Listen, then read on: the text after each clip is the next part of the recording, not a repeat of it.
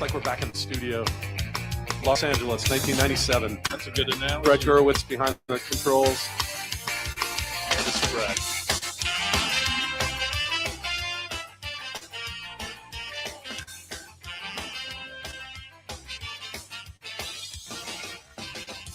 I don't need to tell the truth, but I never lie. I don't need to bow to you. You're just passing by. I never wanted to be the one you bitch and moan and come home to. But as long as you look good, I'll come back to you. Get inside my troubled mind with all of your threats. Sometimes I think I was blind. Not before we met. I never wanted to be the one that you depend on for your life. When you cry, it smells like soup. Sound like Shonen Knife. Never feel how I said all night. I gotta ride. Each time I stayed all night. No action's mine. You make me stay all night. It's just that side of you tonight that makes me stay all night. I'm gonna stay all night. You're an evil little girl. I'm a twisted man, tearing through your perfect world. Make you understand.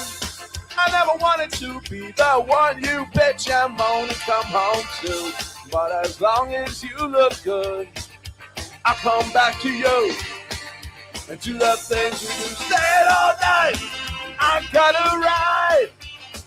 Each time I stay all night. No, I just might. You make me stay all night. It's just that side of you tonight that makes me stay all night. I'm gonna stay all. I would never treat you bad. You deserve the best from me. If you want to keep your place, you better get down on yours. Yeah, Todd wrote this one. Yeah. You think? This is not mine.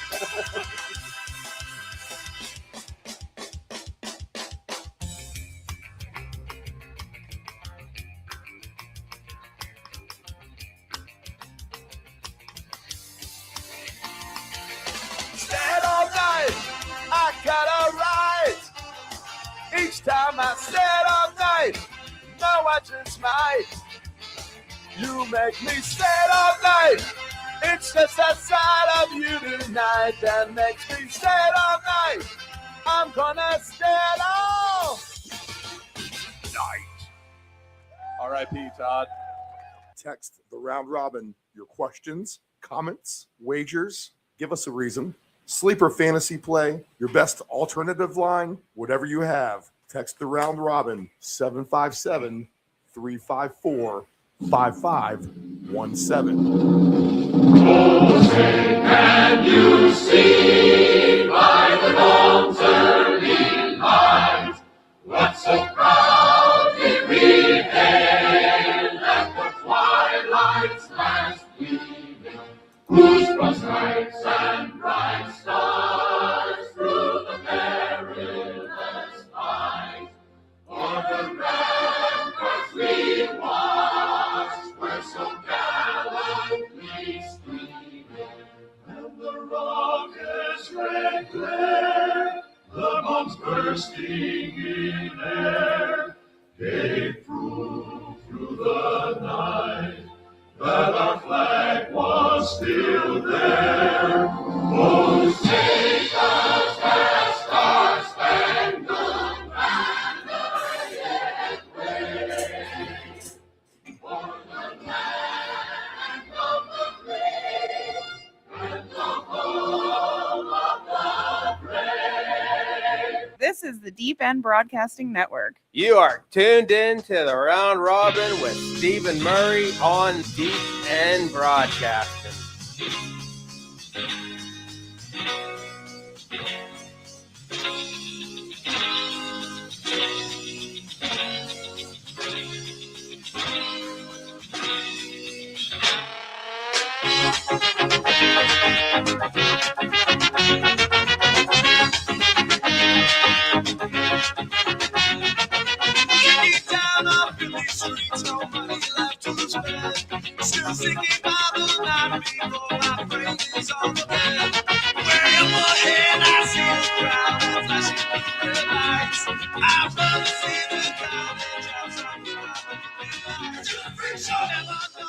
Good morning, wherever you're tuning in to this broadcast around the world.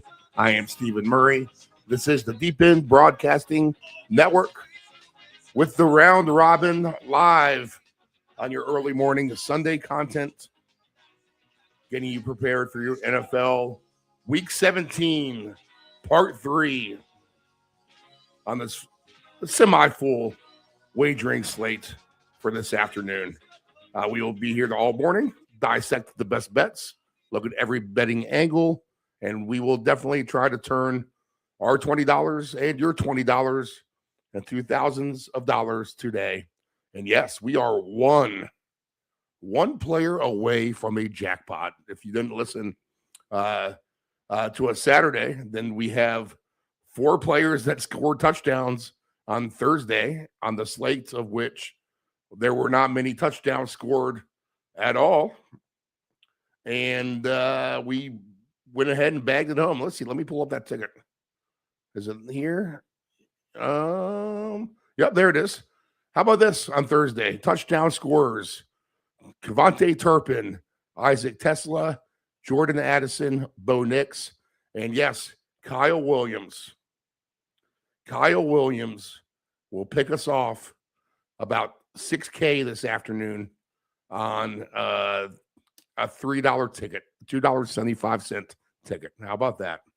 We already cashed a decent amount on the other portions of the round robin, and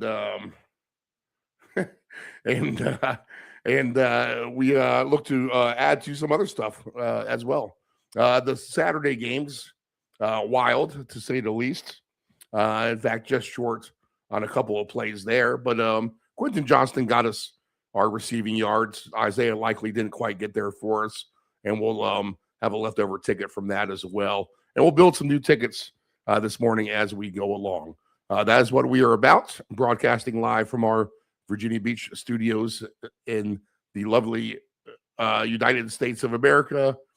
We are about to invest the minimum to make the maximum for all of us. And that is the gist of this game. So whether you are cooking breakfast, going to Home Depot, or traveling the interstates after this long holiday, keep us tuned in, have a piece of paper and pen ready, and jot some things as we go along. We'll look at some fresh lines here in weather in a second, and we'll get Dave Dograndi on right after that, as we are running a little bit behind. Gave everyone an extra hour of sleep with the semi short slate and a long night last night with 5 games already in the books. There's going to be a reduced amount of games to talk about. And then once we roll into the studio this morning with the plans to start 1 hour late, all the computers are in mid-update, which I thought I had the settings not to update. So we had to jump through some hoops this morning just to get on the air a little bit later than usual. So maybe behind a little bit in that sense. So without further ado, let's just go ahead and see what we got. And now, yes, we are in our 4th year with this program. We've been on every NFL week and every playoff week. And if you're new to the show, we definitely take unique angles and we have some fun with it. And winners a good portion of the time as well. So sit back, relax, and let's soak it in and get some plays for this afternoon. Let's get some fresh line updates right now. Tampa is up to 6 and 44.5 in some spots. Let me get the other book to see where we're at to contrast these lines. But at Hard Rock Stadium today, we should have beautiful weather. I still see a 5.5 out there for Tampa Bay. So weather not an issue down there, 80 degrees today. They'll be indoors at Lucas Oil Stadium, where it says check your defenses at the door. A ton of points scored on Monday night. Could we have the same thing with Jacksonville today? I see 6 and 48.5 with the Jaguars. And also I see right now 5.5 and 48.5. So that line is bouncing around. We go to Bank of America Stadium in Charlotte, where Carolina's been very good at home. You don't think of that as a big home field edge, yet they've done very well there. I see Seattle laying 7 and 43, 51 degrees and cloudy. So weather should not be that much of an issue there. 15% chance of rain, though I do see that. But a cooler afternoon there at Bank of America Stadium. Other line, I see 7.5, 42.5. Let's go up to Huntington Bank Field in Cleveland, where this game matters now. Pittsburgh has to play virtue of the Ravens win last night at Green Bay, and that's the fallout of that. Let's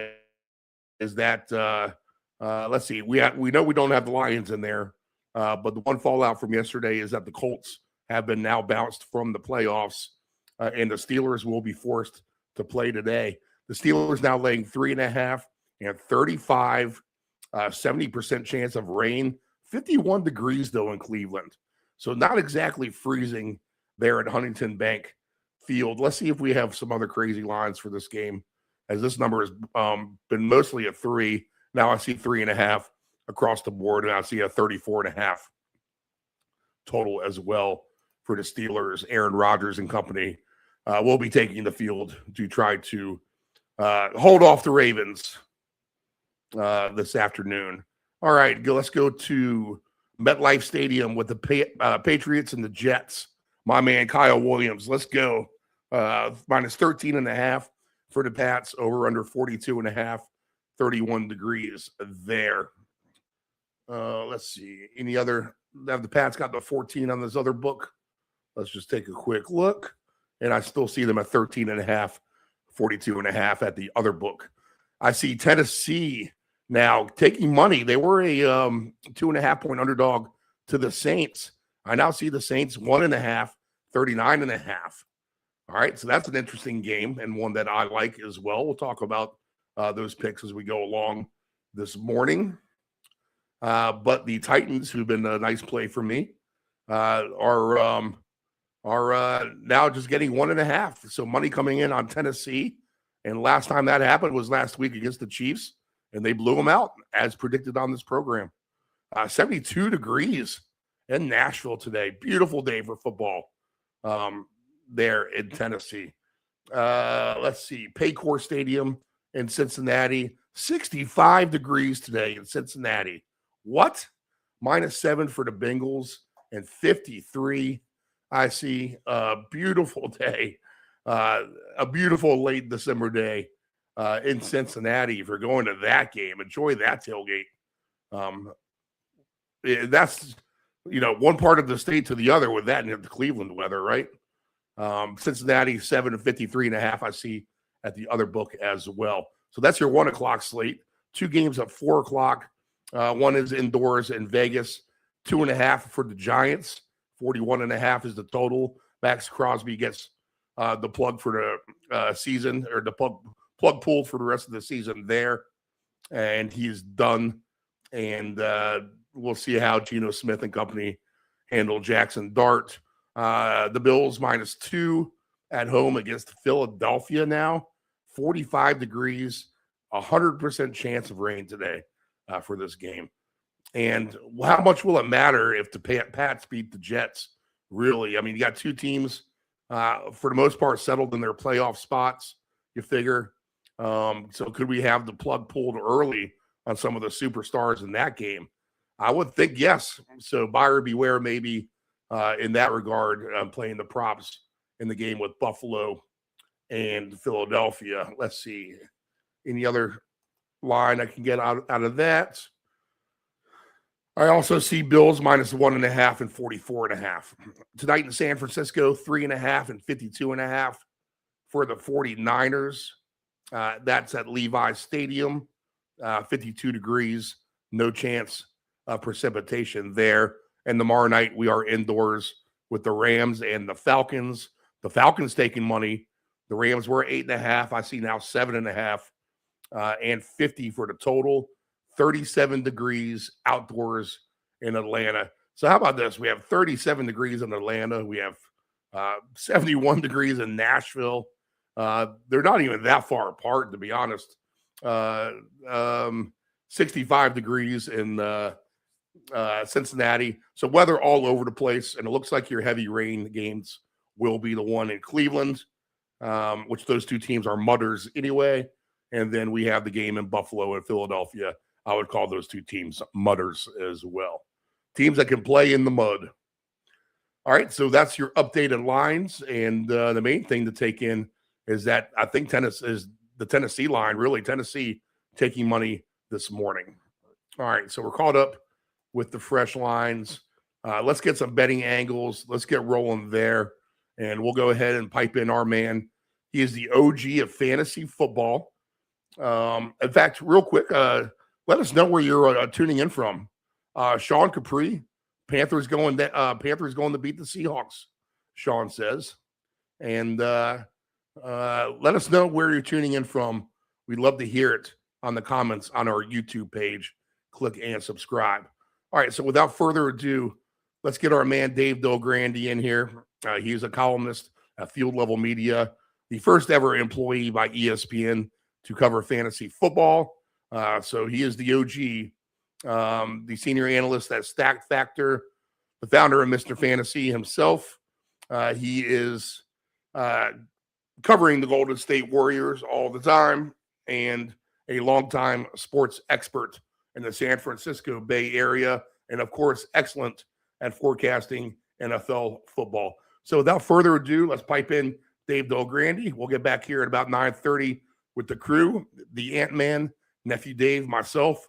We'll rip through the whole slate of games again, and we're going to have some best bets for all of us as we move forward through this NFL Week 17, navigating with caution a little bit, considering we might have some meaningless games in some aspects and players getting pulled in other aspects. So we'll try to navigate those landmines and try to bring home a big cash for everybody. Again, Kyle Williams for me. Give me that Kyle Williams touchdown, and we're going to have a fantastic afternoon. All right, so without further ado, let's get our man Dave DelGrande in here. All right, full slate of Sunday games. We talked about the Pittsburgh game yesterday, so we'll bypass that, and we'll go through what we have left of our NFC West, AFC West teams, and then we'll concentrate everywhere else. And we have right off the bat, how about this? And this is a true NFC West, NFC South game of the week. Not a joking one, but a good one with Seattle and Carolina. Seattle minus 7.5, 42.5 against the Panther team, who you would not think that they have such a great home field environment, but man, they are unbeatable at home. They really are. They handled Tampa Bay. That is the one blemish as far as picking teams last week that I had was Tampa Bay. Man, if Tampa Bay could have just scored some points, we would have had our own personal bloodbath against the sports books. But the Panthers ruined the day there for me. I think I underrate their defense. The quarterback does, even when he takes a step back, he takes 2 or 3 more steps forward. Growing pains might be the correct term for him. Darnold, we last saw him answer the bell for his much criticized career against the Rams and win that game in overtime. So the Seahawks playing with as good mojo as anybody, and they'll take their act across the country. This game matters basically for everybody. I mean, Carolina and Tampa Bay will settle things next week. Carolina's still going to have to beat them, but I don't think they want to regress with a loss here. They're going to have to play tough and try to keep that lead over Tampa Bay. And I think we have a good game here. A lot of points for the Seahawks to lay on the road. My first instincts are that you have to take Seattle, and that could definitely be the wrong instinct because I've been wrong about Carolina all year long, or kind of maybe not necessarily wrong, but I've just considered them an auto stinky play because that's what they've been for many years have passed. I haven't let them off that hook yet. They deserve to get off the hook at this point. They're going to have the rookie of the year, McMillan. He's going to have a big game, I think, if they beat Seattle. I just think Seattle's going to be a little too experienced here in every position, just about. If I have a sneaky play here and a player that I think can score again, I mean, I'm going to go back to the well. I mean, on our guy Shaheed again, and he's paying still good. Shaheed is paying, let's see here. It's a plus 330. It is, plus 330 for Rashid Shaheed. So we continue to get good numbers on him. I think Seattle wins this game. Maybe the Carolina Panthers keep it within the number. Maybe the over might be the better play, knowing that Carolina plays so well at home and Seattle is likely still to score some points. But this could turn out into one of those games that gets stuck in the mud and one of those playoff type of grind fest games like we thought that the Texans and Chargers was initially going to be, and kind of like the games on Thursday on Christmas. Interesting game, to say the least here. Should be a good game. I think a good game to watch, too, at the end of the day. Competitive, Seattle probably pulls away at the end. What do you think? Yeah, I mean, I agree with what you say about Carolina. They're surprisingly good at home. Now, this is stepping up to the really heavyweight division here because Seattle, they're not the top team record-wise in the NFC for no reason. But they're not really a blowout team either.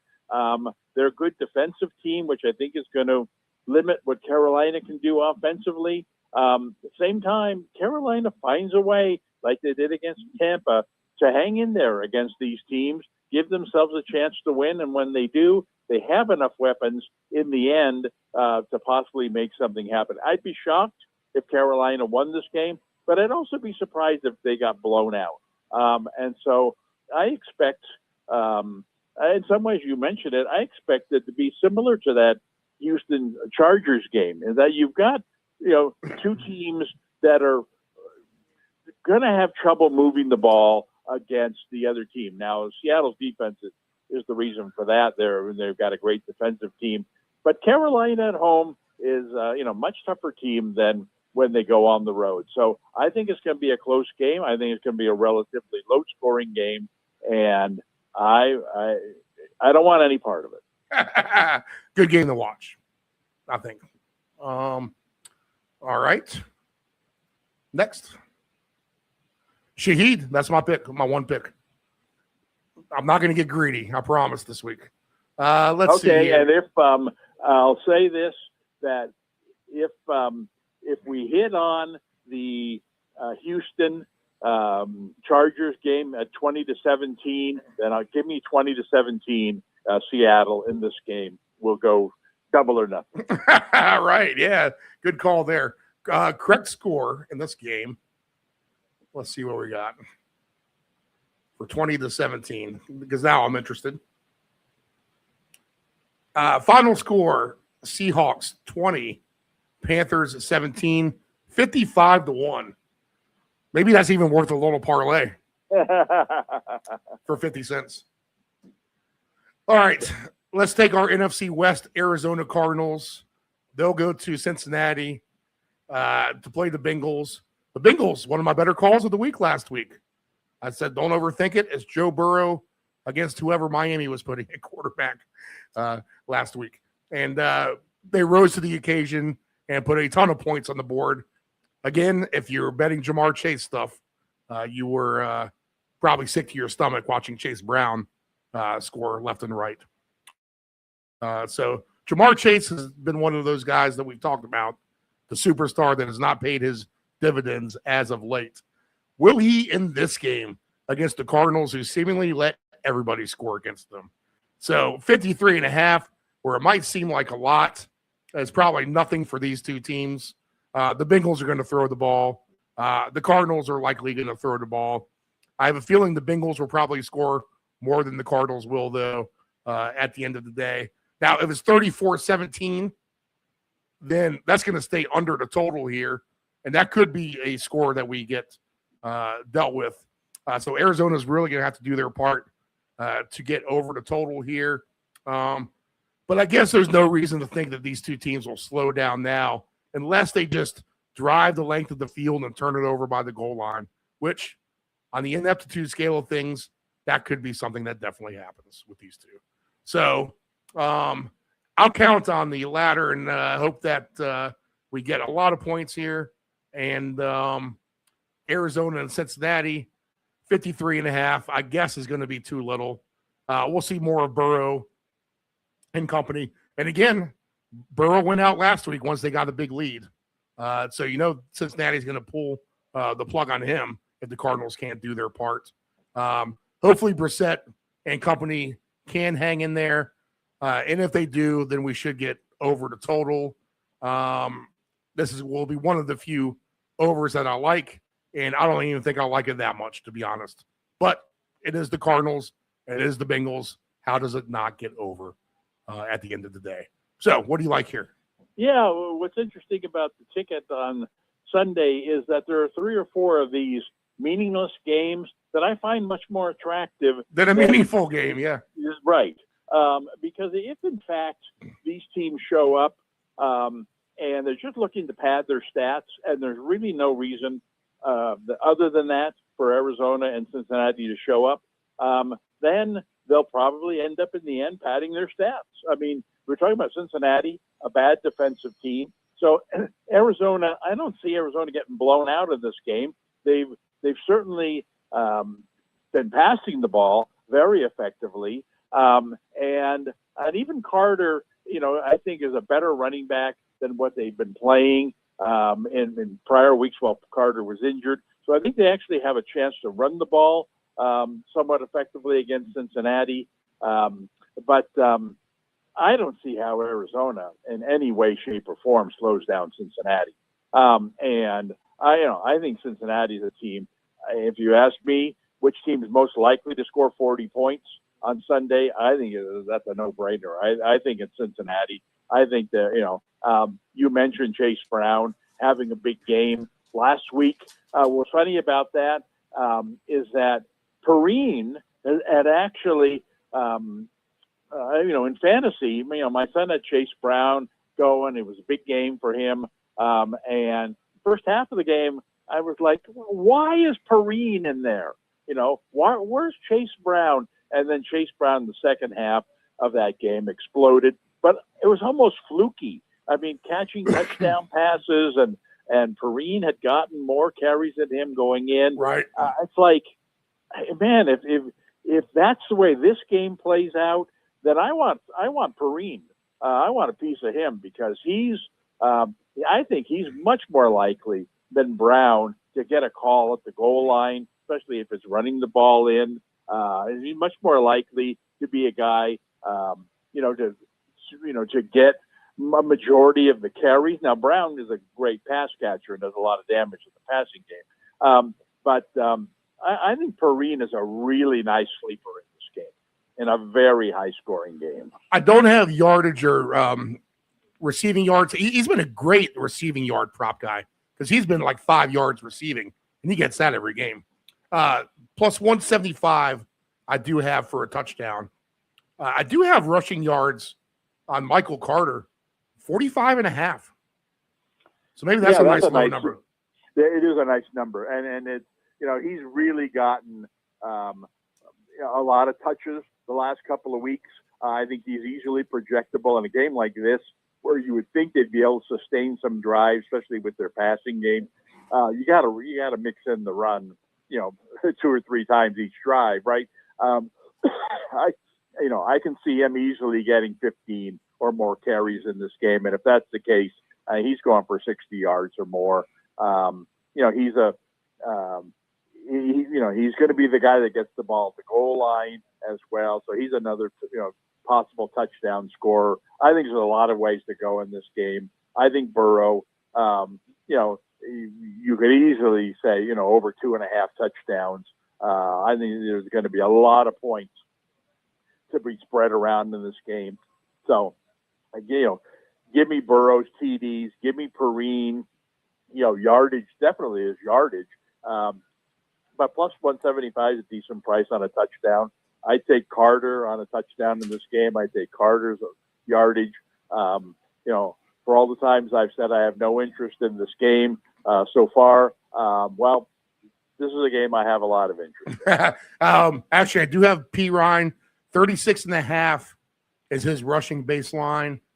The Joe Burrow touchdowns over 2.5 is plus 136. So that's nice. You're getting a plus number for 3 touchdowns for him. Let's see. The one that I liked, and he's still going to be throwing the ball a lot. Yosevas is at 13.5 for his receiving yards. So that's one catch for him. Yeah, like I said, I think the fact that Arizona, can match points or attempt to anyway, chase points very effectively. We'll keep Cincinnati in a passing mode, in a mode where we need to keep scoring because these guys can come back and score against us. And so while Cincinnati might win this game comfortably, I do think that, it'll end up being a 41-24 kind of thing. And so there's going to be a lot of nice numbers in this game to go around. So I'm all in on this game. All right. The P. Ryan's, his rushing number 36.5. He's been getting the ball a lot. Arizona's been terrible, really bad against the run. And so while I think Cincinnati will do most of their damage throwing the ball, I've just been impressed and surprised the amount that P. Ryan's been able to, the amount of touches he's been getting on a team that's already got Chase Brown. So, I definitely want a piece of him. 41-24 is 175 to 1 odds on the payout. And you know what's frustrating about Carter a little bit is if you're saying he's the best option than what they've had, and if his stock is up, it's frustrating because he was the guy we kind of leaned on from the get-go once Connor went down, and then they kind of reverted to DeMarcado and then got Bam involved and never really could just stick to Carter there. And, maybe they should have just listened to us the whole time. Well, I do think they have that mindset now because if you look at the last couple games, especially last week, he was much busier than the other backs. And I think that, these teams have to be looking forward in some way. And, this is a guy, this isn't just a practice squad guy where, well, let's throw him in there and see what he's got. This is a guy who they really expect some big things out of, and he just hasn't gotten a great opportunity because they have another really good back. Well, here's his opportunity to shine. And like you said, he didn't really take advantage of that earlier on in the season. But I think now it's almost like, all right, look, we're going to give you this last month. Show us what you got. And, and they've given him a lot of opportunity. It hasn't really panned out yet, but this will be the weakest defensive team he's faced. And I think, his chance to really bust through. All right. There's a chance here that the late window, 1:00 Pacific, 4 Eastern, there's only 2 games. And there's a chance they could both be clunkers, especially if the Bills and the Eagles pull the plug on everything. We'll get to them in a minute. But the Giants-Raiders, does that offer you anything, or is this the complete? I think it does. Oh, okay. What do you got here? Same reason as the Arizona-Cincinnati game. I think both of these, and a part of this thinking is there isn't a Arch Manning coming out in the draft. No, not at all. There's no reason to tank you. And so, all this talk about, this is the game for the number 1 pick. You got to lose it. You get the number 1 pick. I really don't think. I mean, certainly if the Giants. I don't think anyone's thinking that. Yeah, the Giants aren't. Right. Doing that. If the Giants get the number 1 pick, they're not taking a quarterback, right? And if the Raiders get the number 1 pick, well, I'm guessing they would take a quarterback, even though I'm not sure there's one out there. that really warrants it. And I think the Raiders are certainly looking at it that way, saying, well, you know what, if we win this game, you know, it'll be worth more to us in pride than it will be in losing the number one pick. They should just trade down anyway third, and get as many picks as they can. right? And or you pick third, you get the same quarterback that you would at number one. You know, because the Giants, like I said, if the Giants end up getting the first pick, they ain't stealing that quarterback from you. And so I think both of these teams, I think definitely for the Raiders, this in some ways is a big game for the Raiders, because if they're going to fire Pete Carroll, which, you know, I'd say it's probably better than 50-50 at this point, it's going to be because the team didn't have, you know, had no pride. You know, it didn't really show up, you know, for games during the season. Never, you know, was never really entertaining. Well, they're not going to be entertaining in this game either. But what they need to save Carroll's job, if in fact they're even interested in that, is to have a prideful performance in this game. Here, finally, after all these games, they played Philadelphia a couple of weeks ago. They played Houston last week. You know, any game in their division's been a tough game for them this year.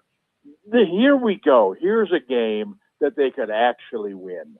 And in some ways, you know, it's probably the most important game that, you know, they play Kansas City next week. And even if they were to win that game, it'll go down as, you know, Kansas City didn't care. You know, they're playing a third string quarterback. They didn't play anybody. You know, this is the game where let's not be the worst team in the league. Let's demonstrate that that we're still trying, and that in the end could save the coach's job. And at the same time, I see no reason. I mean, the Giants certainly haven't thrown in the towel on the season. You know, they got Dart out there winging the ball around. You know, they don't have a whole lot of weapons. You know, for him, kind of like the Raiders don't have a whole lot of weapons to work with either. But you know, this is a fair fight here. This is a couple of lightweights, right. You know, going toe to toe. I think that, you know, I think Genty is a very, very, very good play in this game. I mean, with Bowers out, they have no other option. Right. And they've been trying to, you know, get Genty more and more involved as the season's gone along. Not that they weren't at the beginning of the season, but you know, it's not like they've decided, you know what, let's rest our asset and, you know, not play him late in the season. I don't know what incentive they have, you know, to have him go over 1,000 yards or to be the leading rookie rushing, you know, or win rookie. Well, I don't know what it is, but they seem to be treating him like, you know what, we're going to showcase this guy late in the season. Well, showcasing him against the Eagles and the Texans, that wasn't a very smart thing to do. Showcasing him against the Giants, now we're talking. I mean, he's rushing for over 100 yards this game. Write it down. It's going to happen. And you know, and I can see the Giants countering with Tracy, you know, who's been getting a lot of carries for them. And you know, two bad teams. Show me you can stop the run. I think both these teams are going to run the ball very effectively against each other. That's not to say, you know, you got two teams running the ball a lot. You get Army and Navy. You know, you end up with a game that's 21-16 or 19-14. It's not going to be a huge high-scoring game because the clock's just going to run. Probably end in 2.5 hours. But I do think both these teams are going to try in this game, and I do think both these teams are going to have success running the ball, because that's how you prove that you're trying. That, you know what, we're going to overpower these guys at the line of scrimmage because we're trying harder than they are, and let's get our rookie, you know, his biggest game of the season. Let's get him 150 yards and 3 touchdowns in this game. Now, I don't think he's going to reach those numbers, but like I said, you know, I'm going to be shocked if he doesn't go over 100 yards in this game. 3-1 for 100 yards, plus 380 for 2 touchdowns. All right, so that's a prop. I like that angle. You can't say I like any other angle. What's Tracy's threshold? One more time. What is Tracy's threshold for rush yards, do you think? Well, 80, 70? The difference with him is that they have a second back. Yeah. Singletary. Yep. They could run the ball all day against the Raiders. I think the Giants are the better team. Certainly, they have the better quarterback, so you can't just sell out on stopping the run when you're playing the Giants. Problem is you're going to get, if there's 30, they'll run the ball more than that. There's 35 rushing time attempts by the Giants. Well, it's going to be split, 18 to 14 among those two guys with Dart throwing, getting in there for 3 or 4 times. And so I think that limits.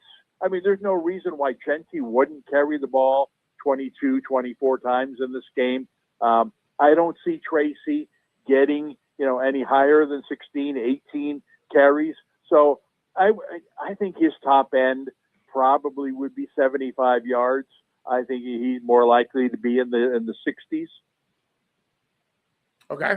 But, you would hope that, that's higher than the, he hasn't been a 60-yard game all year. Is that going to be higher than his projection? Right. And his baseline is, just so we know what we're dealing with here, 58.5. So slightly over is what you would say. Right. And what's Genty's baseline? Genty's baseline is 70.5.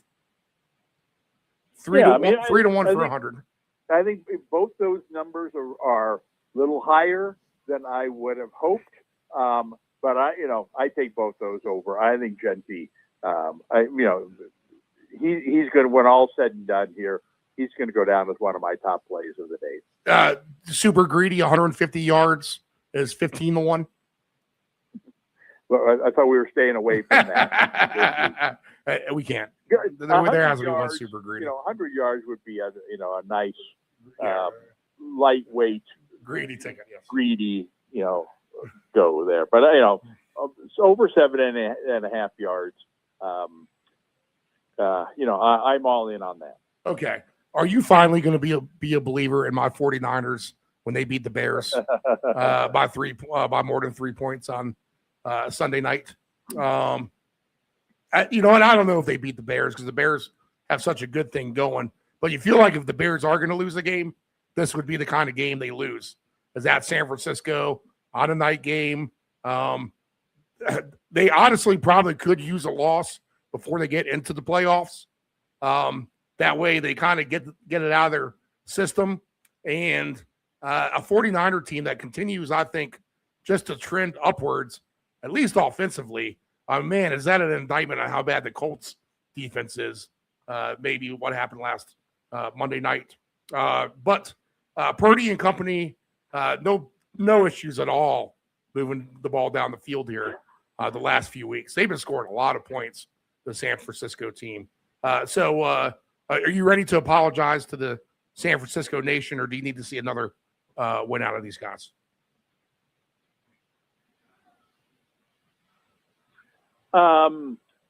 Yeah, I mean, I'll say this: they looked great that last game. That did surprise me.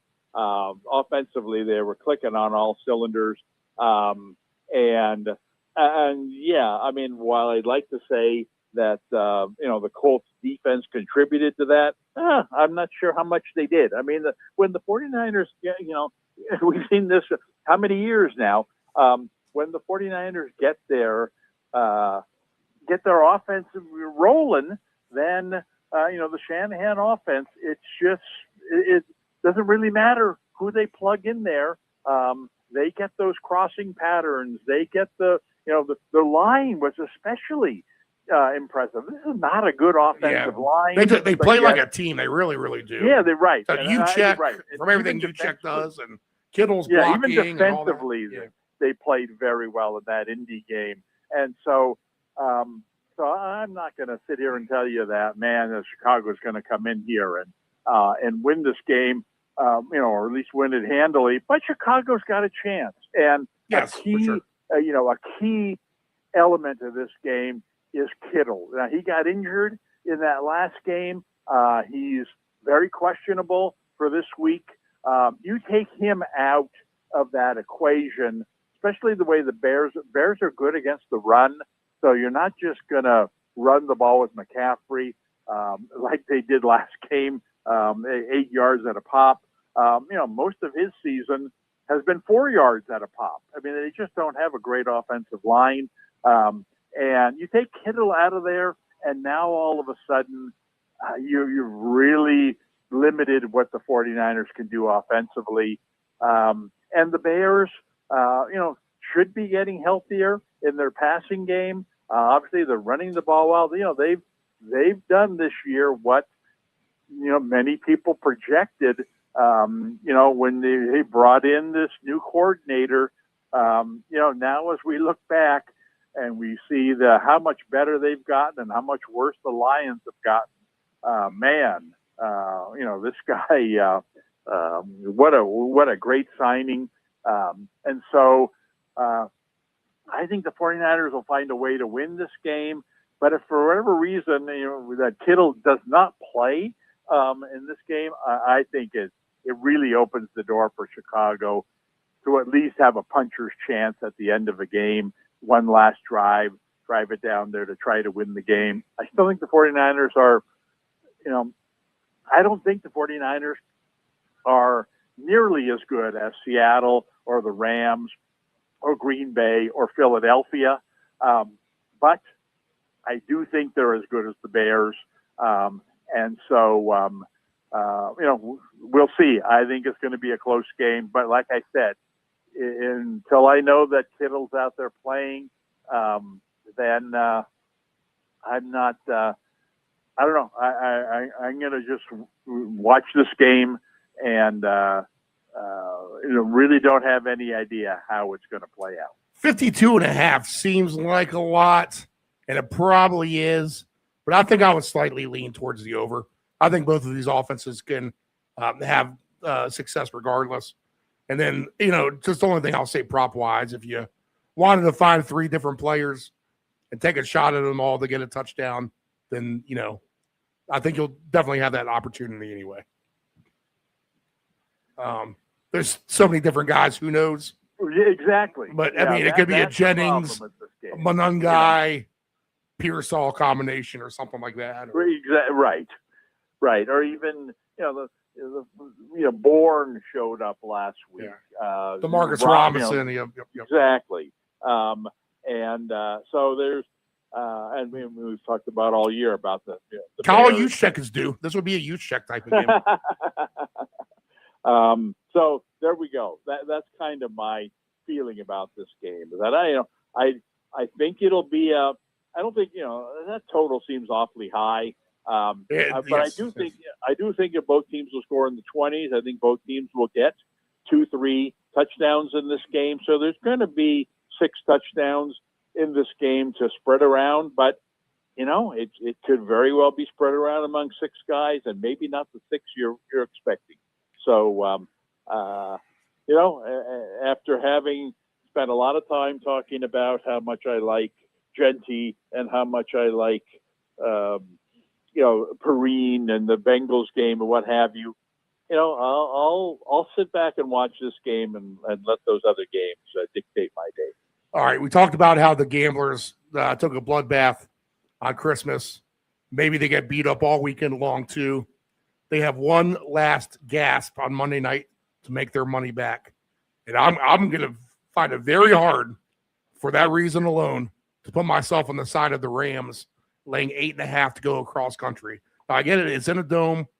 It's against the Falcons.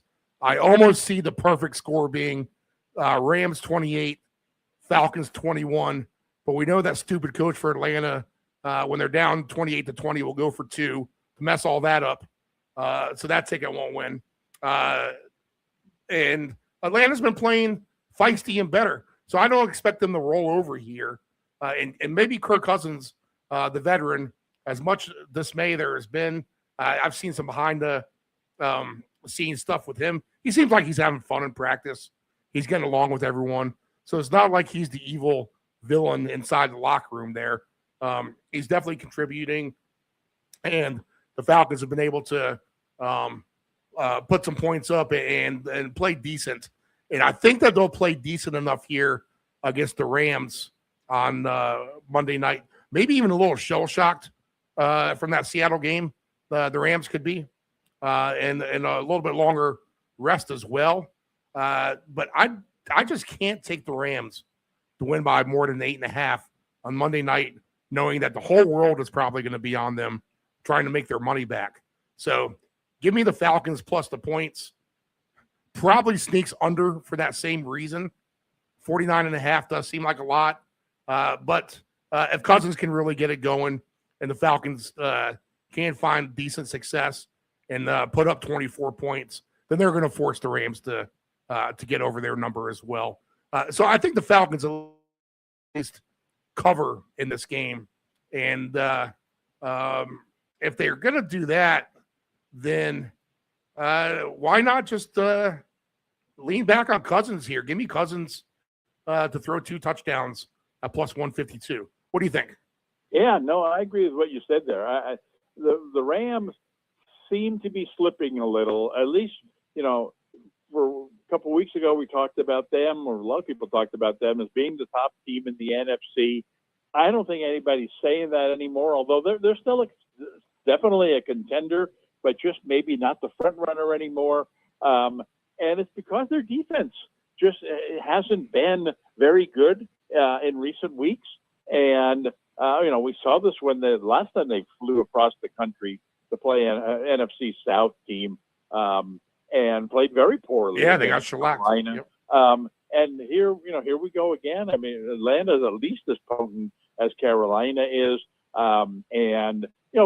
London has been healthy. I think he's going to have a really nice game here. I think Adams is out. He might be out for the season. And so, not that they need an excuse for this, but that just means more balls to Nakua. I think this is going to be a very high-scoring and entertaining game with a lot of passing. I think going with Stafford over 1.5, and going with Cousins over his 1.5, and going with Nakua and London with their numbers, touchdown or maybe 2 in this game. I think there's a lot of potentially attractive numbers in this game. All right, so you do like the over, okay? Yeah, I just because I think both teams will be able to pass the ball effectively, right. And I trust both the case. quarterbacks. That's another thing is that you got these you got a lot of quarterbacks at this point of the season. You got a lot of backups in there or younger guys. You're not really quite sure what to expect, how they're going to handle the bright lights and what have you. That's certainly the last thing I'm concerned about with these two guys winging the ball. And both, that you talk about Nakua, who's probably at this point, the number 1 or number 2 receiver in all of football. Yeah, yes. And then London, who's supposed to be a top 10 guy, has kind of disappointed a bit this year, but I think is playing back to that form again. So, everything says pass, indoor game. And not a big game for Atlanta. Nothing at stake here. But so I think that all the more reason to come out, have some fun. Let's wing it. Let's try to match points with these guys. Put on a nice show. I think this will be a nice show. I think this game is going to be a very high-scoring game. And I'm not sure the Cousins contract situation exactly, but I don't think he's done playing and wants to play. So if Atlanta does move on from him next year and Penix becomes the sole guy, maybe just to not even have that quote-unquote distraction, then he's at least putting out his resume tomorrow night for some other teams. And there's plenty of teams that are going to need a quarterback. Absolutely. We see that right now. Exactly. Well, I think we saw one on Thursday night. Yeah. You're what's Kansas City doing for a quarterback next season? And you talk about your ideal plug-in. Get them for a year. Put them in there with a team that you think still has championship aspirations. Man, you want Gardner Minshew being the quarterback at you next year, going for a championship, or would you rather have someone like Cousins? Man, I can't. That's not even worth discussing. 57-1 for Puka and London to have two. Bijan and Puka to have two would be 24-1. So there you go. There, the receiving wise for Puka, he's at 105.5, and Wow. he seems to break down with no sweat. He was 99.5 against the Seahawks, and what did he get? 225. So that was against the good defense.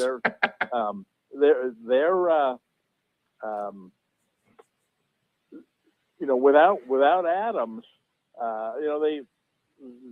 some of these guys they threw into the lineup last week.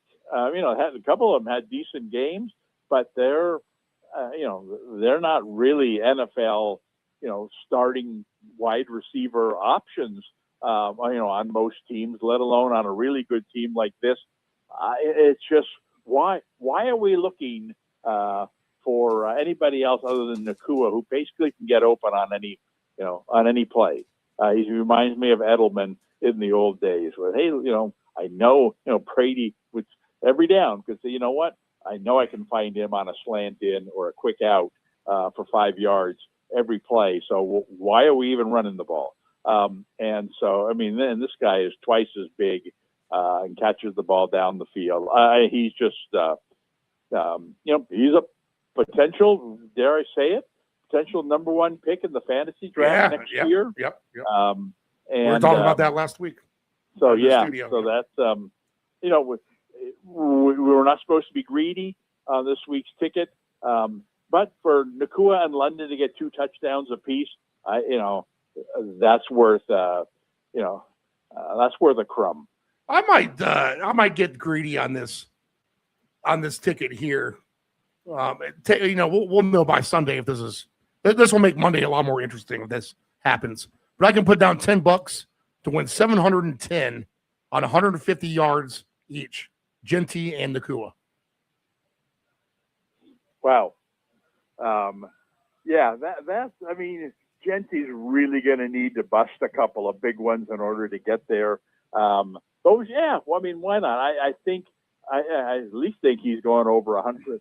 So maybe over 100 and Nakua over 150. And I know that's going to bring the price down some, but I think it's going to be much more realistic. Right. All right.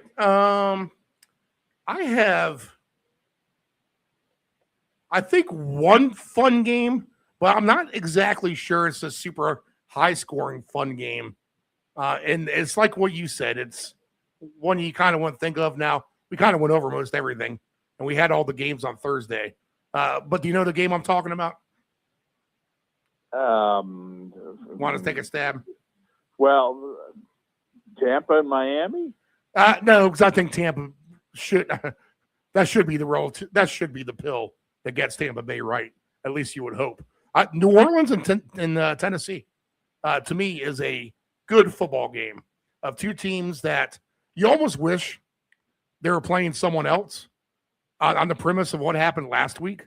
Since I loved them both last week, that they were able to, because they're still playing hard, and they were able to both dismantle their opponents. Tennessee taking out Kansas City, the Saints taking out the Jets. Now everyone takes out the Jets. But that was one of the better calls of the week. Let's be honest about Tennessee making that their Super Bowl against Kansas City. And now here come the Saints on the road to Tennessee, where the Saints are the favorite here, and it's 39.5. I would lean with Tennessee at home again, to be honest. I think they have a little bit better of a thing going. We have the number one draft pick. It's almost on the premise last week of Joe Burrow against the Miami quarterback. Is we have the number one draft pick, Cam Ward, against his kid, Shuck, who's probably going to be the rookie of the year at the end of the day. But is he necessarily on the caliber Cam Ward and where his potential's eventually going to go. Both teams trending the right way, but I think at home and trending a little bit better is Tennessee here. And again, our guy DK does great. A.O. Manor, again, seems to show up. I had a Conquo on a touchdown ticket last week with Fournay. So that was cool. And I just like what Tennessee has to offer a little bit more defense at home, maybe as well. So give me the underdog Titans in a game, which I think will be over 39.5 because they've both been trending better. I would think that the Saints can score 17 to 20 here, and I think Tennessee can score 27 to 30 here. So either way you dice that on the low end, I think you get over the total. So give me Tennessee at home to beat the Saints. What do you think? Yeah, I agree with what you said there about I wish they weren't playing each other because New Orleans, credit to their coaches. I mean, they've been out of it for 10 weeks. Yes, yeah. They They're holding it together. They lost their star running back. They've been playing this rookie quarterback. They traded away, one of their top receivers. They just have no reason to really, be anywhere other than where the Raiders and Giants are. I mean, they really should be playing for the number one pick, but they've hung in there. They've come together as a team. And yeah, you said, they played the Jets last week. Everybody beats the Jets, but they showed up for that game. And as they have basically every game, they've been competitive. And they demonstrated they can beat these lower end teams. Now, Tennessee, on the other hand, like you said, they're looking great. I mean, man, they're doing something right there. They're starting to put a little something together. Yes, Kansas City didn't really show up last week, but still it was Kansas City. I mean, who would suspect that Tennessee would blow out Kansas City? I don't care what circumstances. So that, that's a feather in their cap. I don't think they're going to want to just settle for that and have two terrible games to finish the season and kind of throw it all away. Here's a chance to build upon that. So you got two teams that I'd love to see them play somebody else because I think both these teams are ready to have a good game.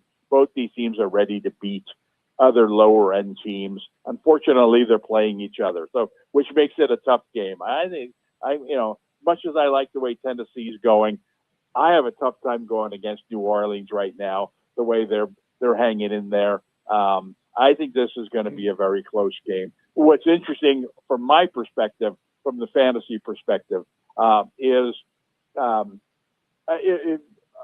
intrigued by Taysom Hill. And in recent years, there's been the controversy. Should we even consider him to be a tight end anymore? He lines up at quarterback. He lines up at running back. It's unfair that someone's playing him at tight end, and yet he's throwing touchdown passes. He's running 20 times last week, or some crazy number that I don't have in front of me. It couldn't have been 20. It's like, and you're telling me they haven't adjusted, his position in fantasy. You can still play him as a tight end. Now, been remarkably inconsistent. And yet, last week he had a monster game. Why wouldn't they try the same thing again this week? And now you're playing for a fantasy championship and you're able to go down to the waiver wire and pick this guy up as a tight end, kind of a low risk kind of thing. It's going to, it could be a really interesting talking point next week if, in fact, we're coming down to the end of the fantasy season. And here's a Taysom Hill is the reason why I'm winning my last matchup against somebody, and it's just not fair. But I do think he has that kind of potential. If they're going to, if they're going to hand him the ball and let him throw the ball, and he scores their short yardage, without Kamara in there, they really don't have any other running game. But yet they line him up at tight end. He caught multiple passes last week. it's like, seriously, you're going to allow me to add this guy to my fantasy lineup with the championship on the line? It's almost like you feel like you're doing something unfair, right. you know. And so, you know, from our perspective, man, I mean, he's kind of unfortunately, you know, he does a lot of things where he's not going to rush for 50 yards. He's not going to throw a touchdown pass, probably. Probably not going to catch a touchdown pass. You know, so where do you take advantage of that from, you know, from a handicapping standpoint? I'm not really sure. But, you know, from a fantasy standpoint, I'll tell you what, he should have been on pretty much everybody's wish list. You know, even if you look at the Thursday night games, which of course now we have, you know, we can look back on, and you know, you had some decent tight ends playing in those games. But I'll tell you what, in retrospect, you should have played Hill ahead of all those guys, even ahead of Kelsey. I never would have done that because I would have expected Kelsey to score a touchdown. But Ferguson and Ertz and, you know, the Denver guy who doesn't, you know, throw the ball to him anymore for Troutman, yeah. Or Ingram, you know, maybe. Right, and you know, Hawkinson's injured, Laporte is injured. I mean, if you had your, you know, a tight end from Thursday's game, and you had an option of adding Hill to your lineup, man, you made a big mistake if you played any of those guys. Even Ferguson caught a touchdown pass the first series of the game, and I thought, oh boy, if you benched Ferguson to put in Hill, you probably made a big mistake. And then he got hurt, didn't play the rest of the game, caught one pass for 6 yards. So it's like, you know what? No, so much for the mistake. You know, even if Hill does nothing in the game, it was worth the risk. So anyway, I'm very long-winded, but you know, I'm very intrigued by how Hill does in this game. I would certainly take him to score a touchdown, and I even think there's a chance he's going to score two. 2 touchdowns for Taysom Hill is at 16-1. So yeah, if you're gonna have a 2 touchdown ticket, that'd be a nice number to put on it. I'll take Hill at plus 190 for one. Yeah, that's nice. And I'll take my guy Okonkwo at plus 390 for one, and they'll pay 12-1. Might, if we're gonna stick to some tight ends, we'll just talk about this game next a little bit. We don't have to talk much about it, but maybe add on for the injury factor alone, Hunter Henry for the Patriots onto these 2 guys for a nice payoff of a ticket. If we do that, in fact, I think because of you know, someone's got to score for New England, and I don't expect them to lay down, but they're limited here. That's why this game might be a hair scary, but it is the Jets. That's why it's not scary. Right. But a 3 touchdown player ticket of Henry, Diggs, and my man Kyle Williams might be something I get into. One, because Diggs is going to get volume for incentives. And the Jets are the right team to get it against. He likes Henry, and then just by de facto, Williams might be available more than the other guys. So just playing the 3 of those guys together on a passing ticket might be okay. But I get 35-1 with Taysom Hill, Okonkwo, and Hunter Henry, 3 tight ends on a ticket. That's interesting. Well, you're leaving somebody off, a game we haven't talked about, but someone who certainly I've circled on my list here. Waller? Waller, definitely. Right. I mean, you know, when Waller's been healthy, you know, he's been a magnet. He's been a touchdown scorer. And Tampa Bay, not a good defensive team. And Miami, you know, throwing the ball, you know, like I said, they're going to throw the ball to their tight end. Tampa's been terrible defending the tight end. You know, Waller's healthy. I think everything about that says, you know, he could have a really nice game. I'd certainly take him for 1 touchdown. But again, he's also, in my opinion, a 2 touchdown threat. Yeah, you could Waller and Taysom Hill for 2. Let's plug that number in a minute. Taysom Hill, Okonkwo, Henry, Darren Waller pays 115 to 1. So $10 gets you 1,150 if we do that. So for one touchdown each? yeah, one touchdown each. Wow. So that's worth it. A shot. 2 touchdowns. Let's see. No, here. let's not get carried Well, away. let's take Waller and we'll take Taysom Hill, your 2 guys. And let's see what we get out of that. Taysom Hill, 16 to 1 for 2. And then Waller's at 22 to 1 for 2. $10 went you 3,900 on those 2 guys. Well, I think it's we've talked about not being greedy on the last week, but it's fun, to I think there's enough. I think there are enough strong plays, to warrant a lot of attention, but also to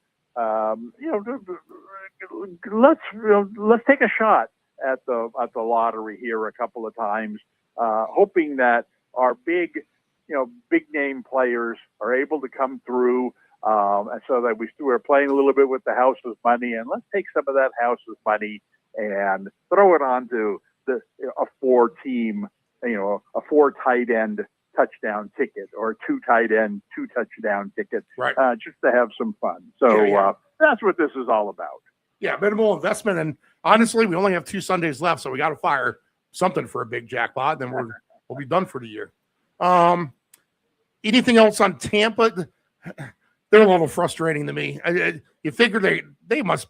I'm not sure what the losing streak is now. They did win the 1 game, but man, it seems like it's been 7 or 8 weeks since they won that 2nd game. At this point, they're on a bad spell right now. I guess they get it right with Miami, right? Well, the interesting thing here is, and this is to me vastly underrated every year. We talked about this at the very beginning of this year. One of the things you asked me at the beginning of this year was who was my favorite to win, to make the Super Bowl from each conference, and who was my surprise team. And my surprise team, if you remember correctly, in the AFC was Jacksonville, based on the fact that they were getting Tampa's offensive coordinator to come over and take over their offense. And we, obviously we saw this happening in Detroit and Chicago, where that same thing happened, but that got all the headlines. It got very little headlines when Liam went to Liam Cohen went from Tampa to Jacksonville. But look at the difference there. Look at Jacksonville. What they've been able to develop offensively with this guy, and look at Tampa. I mean, for crying out loud, we don't have time to name all the quality offensive players Tampa has. You're kidding, right? With Evans, with Godwin, with McMillan, with Egbuka, with their 3 good running backs, and their quarterback, who's certainly capable. Why isn't this team scoring 40 points a game now that all these guys are healthy? And maybe they do this week. Maybe they explode this week against Miami. It's certainly possible. But that was very disappointing last week. And again, I look back on, these coordinator changes are a big thing in the NFL. And if you've got this, great one, and you lose him and you don't pick the right guy to replace him, we've seen in both these cases. Yes. And the Lions too. You throw them on that list, maybe. Yes, exactly. So it's not like the Lions or the Buccaneers have become the worst offensive team in the league, but they've gone from very elite status to, they've gone from Ferrari to Ford. Yeah, exactly. They're very good. So next year, it'll be interesting to see, if, for example, the Raiders make a coaching change next year. Can they recapture that kind of magic where they go out and they find the most creative offensive coordinator or quarterback coach, or maybe it's Tom Brady, and you bring him in and you make him the head coach, and all of a sudden now you got something offensively, and there's a handful of other teams that are probably going to be looking for coaches as well. But same thing, if you're hiring a defensive-minded head coach. I mean, look at the Jets. I don't get it. I don't understand. Why teams continue to go in that direction when the game's all about offense. And if you can find the Liam Cohen or Johnson, and make him your head coach. I mean, look what it's done for the Rams. Look what it's done for, obviously the 49ers, but look what it's done for, the Packers. A lot of these teams that have the great offensive minds as their head coach. It makes you watchable and in most cases competitive at the same time. So anyway, every time I watch Tampa, and as I watch them this week, I'm going to expect them to score 35, 38 points in a game like this. And most often I've been disappointed. So I kind of learned my lesson that, all right, you know what? No, I'm not going to support it at all. I'm just going to go with Waller in this game and hope that Tampa puts up a lot of points and forces Miami to throw the ball. I hope this is a 38-35 game, because then Waller's going to get a couple of touchdowns. 24.5 is the team points total for Tampa Bay, which seems awful cheap, especially against a team like Miami, who can give up a ton of points, as they did last week, giving up well over 40 to the Bengals and Burrow. So it's all right there for Tampa if they can somehow make it click. I guess we shall see. All right, anything in New England you like? Or you want to skip past that? Obviously, Kyle Williams. Let's get a touchdown there. You're talking about you're playing the Jets. Yeah. So the first thing you got to look at is who's going to be. The New England's going to get 2 to 3 rushing touchdowns in this game. Yes. And who's going to get them in this game? Henderson's probably going to be out, so it's got to be Stevenson. That's the thing. Is he going to play or is he not going to play? Right. And that's what makes this shaky.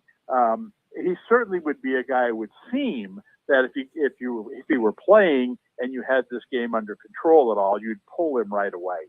That said, I don't know that you'd want Stevenson playing a whole lot in the second half of a game, where you got a nice lead. So who's that third running back for New England, who's going to be the guy that rushes for 50 yards and a touchdown in the fourth quarter of this game? And you know more about their roster than I do. Yeah, it's let's see, I'll pull it up. It's they barely escapes me. They got the Dearness Johnson, and Terrell Jennings is on the IR now. So it's got to be Dearness Johnson at this point, which very well experienced. Yeah, right. He does. He has had some decent games. So I don't know. New England. Off the board really for no him right reason now. Yep. for there's no reason for New England to take any chances in this game with their. Why would you have your quarterback out there? Why would you have him throwing the ball when you really don't need to? I mean, there's a lot of intriguing matchups there. You would think, oh man, this could be a big game for May for throwing the ball to Diggs and Henry and all these other guys, and then you come back and you think, well, why are we even doing this when we can just run the ball every down against this really bad team and win 31-3? And so with that uncertainty, I'll roll the dice on Johnson scoring a touchdown. I don't even know if they'll put a number up on him. But if I were going for a real greedy ticket here, I'd throw him on the long shot 1 touchdown list. Off the board right now for him, I will say my guy Kyle Williams has dropped from plus 340 now to plus 260. Oh my goodness. Yeah, so that's I like that. And I think they at least approach it to where they play normal for the first half, get a big lead, and then there's time to sit on the ball and maybe even get May out of there and make sure he doesn't get killed. And in fact, I think that's a priority, is to try to get to the bench somewhat at some point. And the only way to do that is to kind of run it up at first anyway. So you hope that my man Williams scores early. Well, and that's the thing about New England, is it seems to me that they're going out of their way to promote May for MVP. And he's throwing a lot of touchdown passes in situations where, you would think they'd be running the ball with their two good running backs. But, they get down by the goal line, and for whatever reason, they're gonna throw the ball down there. So yeah, and especially early in the game, like you said, let's get our 2 or 3 touchdown passes out of the way in the first half so that we can sit him the entire second half and then run the ball all day. So yeah, that's another concern about this game, is that New England does, they do that as much as any team in the league. They love padding their quarterbacks' touchdown numbers, and here's an opportunity to continue doing that. So all the more reason to like your guy, to come through for you. All right, no one's been hotter than Jacksonville, and the Colts are in a tough spot. It's fun to root for Rivers. It was good to see him actually throw the ball down the field a little bit, but we still see that he's going to be mistake prone. It's a nice story, but at the end of the day, I think very limited on what the Colts are going to be able to do offensively with him in there. And just overall, I think we're seeing the demise of the Colts right in front of us. They drop out of the playoffs. That won't be shocking to me. The Jaguars are the favorite here, 5.5, 48.5. Winning at Denver is about as impressive as it can get for a visiting team, just because of the elements alone of the thin air. But to be able to beat that really very good defense, Jacksonville answered the bell. And, I've been apologizing to a few players all year. I think I've already had to apologize to Trevor Lawrence once. I'll do it again. Sorry, Trevor Lawrence, for doubting you. But the Jags offense has awoken, and I suspect nothing else here. Same song and dance. If this game mirrors the game on Monday night with the 49ers, I won't doubt that one bit, to be honest. Yeah, it makes sense to me. And Jacksonville, you think is every bit as good as the 49ers. They're certainly offensively, they're building up to that. And they beat the 49ers, actually. Yeah, getting Myers at the trade deadline to give them a real solid second receiving threat, with the tight end developing and Etienne having a nice season. It's really helped, bring this new offense to life. They're playing very well offensively right now. And like, as you indicated, Indy is not playing very well defensively at all. I find it hard to believe. I'm surprised at the number in this game. I think that it's so low. I'm sorry, that it's so high that I give Indy a chance to win this game, but or at least hang in there. But you're right. I'm not really sure why I'm thinking that way, because I thought that way last week when they played the 49ers, and that game wasn't close at all. Why wouldn't this game be very similar? So I think Jacksonville should be able to put, if nothing else, they should be able to put up numbers in this game. I'd take Myers to get a touchdown. What I would hope would be a reasonable price in this game, and it should be a high scoring game, I would think. All right. Let's see here. Myers for a touchdown is at plus 150. There you go. All right, Dave, your son, he's in the fantasy championship, right?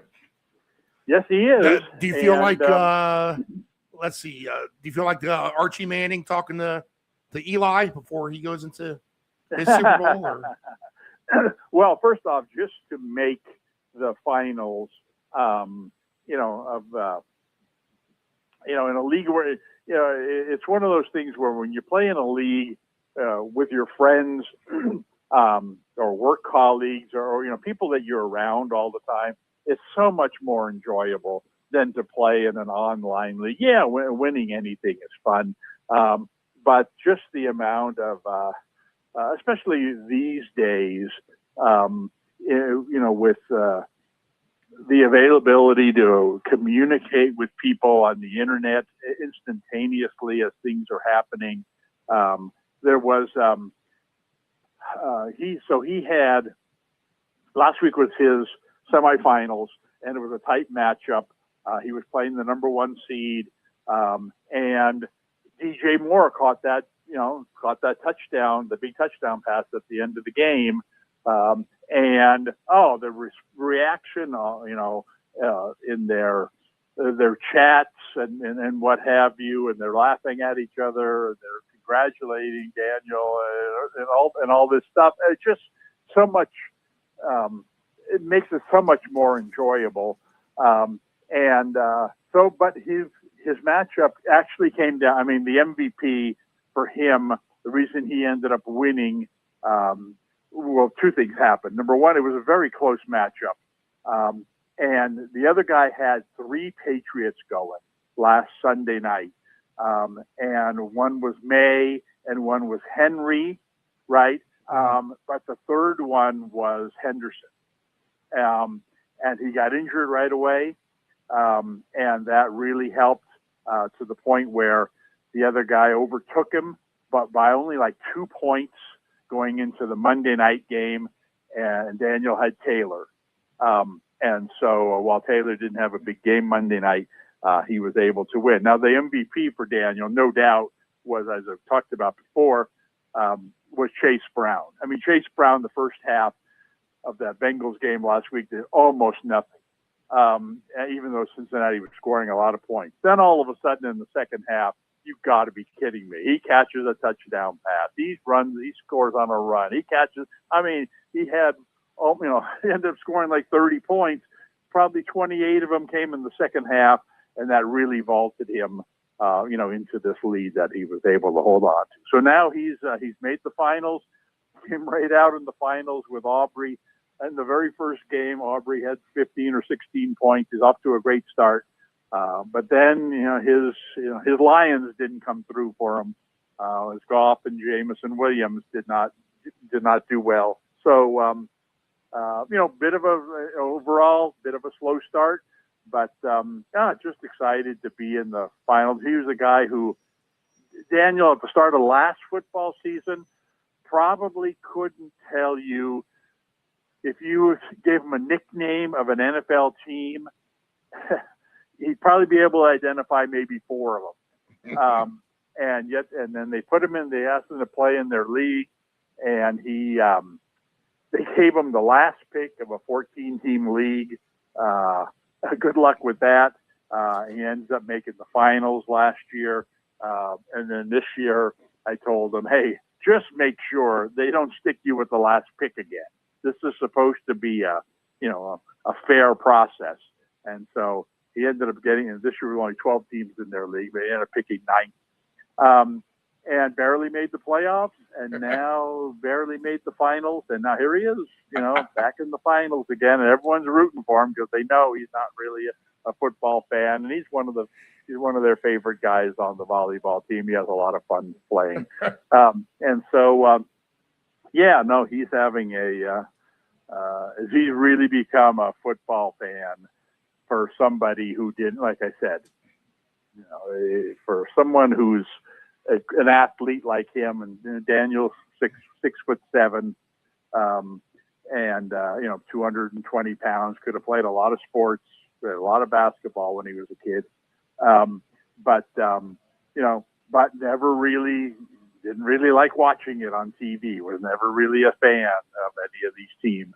For him, for me, who lived my whole life in sports, it's really been fun to watch him, become more of a sports fan. And it's all due to fantasy football. And he paid his dues last year. He took his lumps losing in the playoffs. So here's his chance. Well, yeah, like I said, just making the playoffs last year was a miracle. based on. I've told this story before, but I told him I could help him with give him a draft list, to use in the draft. So he didn't, he couldn't tell you 3 NFL players, so I gave him a draft list, but I didn't realize he was in a 14-team league. So I gave him a list more for tailored for a 10-team league, and so it dried out really quickly. And so he showed me his roster last year. He said, "Okay, well, here's who I got. I got Goff as my quarterback. Okay, that's fine. That just means that you use your higher picks on, running backs and wide receivers." And he says, "Yeah, my running backs are Gibbs and Montgomery. Yes. Montgomery. And I thought, Gibbs and Montgomery? He said, yeah. You had them pretty high on your list." I said, "Yeah, but they're on the same team. Draft 2 running backs from the same team, let alone 2 running backs from the same team where you got the quarterback too. Like, what do we got? The whole Lions team?" And anyway, as you know, Lions scored 40 points every game last week. Last year. And so it worked out fine for him. But yeah, so he's gone from there to this year, surprising them all again. So it's all, but the work isn't done. And, we'll see. He's got a bit of the opponent unfortunately had Harvey playing Thursday night, and Harvey wasn't doing anything until the very last. You don't got to tell me. I actually had Bo Nix for 2 touchdowns as well, and he should have snuck that in from half an inch away. Oh, right, and that was we don't need to spend a whole lot of time talking about it, but the same thing. I saw that the coach actually had something to say. I didn't read the story, but had something to say about but what happened at the end of that game there, how they shouldn't have done what they did. But I remember I was watching the Cal, Cal was in the Hawaii Bowl on Christmas Eve. Yes. And Cal had the ball down at the 1-yard line at the 2-minute timeout. And the other team Hawaii didn't have any timeouts left. And the score was tied, and it's like, fall on the ball 3 times, exhaust the clock, and kick your 20-yard field goal and win. But no, they, in fact, that's not true, because they were losing by 3. So they couldn't have kicked the field goal. But it's like, fall on the ball twice, exhaust the clock, then quarterback sneak it in, give the other team 30 seconds with no timeouts. But no, they ran it in on first down, gave the other team a minute 57 to drive the length of the field and score the winning touchdown. And the same thing happened at the end of the Denver game there, where it was like, don't score, don't give the ball back to Kansas City. You don't have to. I was shocked to see them roll out and throw the ball. I thought, like you said, that when he rolled out on that play, 3rd down, he was going to try to run it in, because even if he didn't make it, he could fall down inbounds and exhaust the clock and run it down. But they gave Kansas City a lot of time there to come back, and Kansas City almost did, remarkably. So, But anyway, and what was disappointing to me was the fact that he not only did he throw that touchdown pass, but he threw it to Harvey in the end zone, and it ended up giving him a pretty decent game. So anyway, but it's a 2-week thing, and hopefully the Lions won't be so bad next week. We'll see, who shows up for them next week. I don't even know who they're playing, but at least he's very interested to see this thing play out. So that's the beauty of fantasy football. We have a similar story of success here, is that we had this kid who's on the local football team. He's the nephew of our good friend Beth, is his kid Sam, and he played in our league for a couple years, and he was a good, dedicated player. Played the waiver wire, tried to make trades. He was a good player. Found himself into the playoffs, I think, one year. Well, it came to getting everyone involved this year, and Beth was paying for his entry fee. She said, he's out. Find somebody else. I'm like, okay, I guess no more Sam. So quick to fill the void, and she's been playing fantasy football, with the girls or online or whatever. You've heard of the Ant-Man on the show? Is the Ant-Man's girlfriend Megan?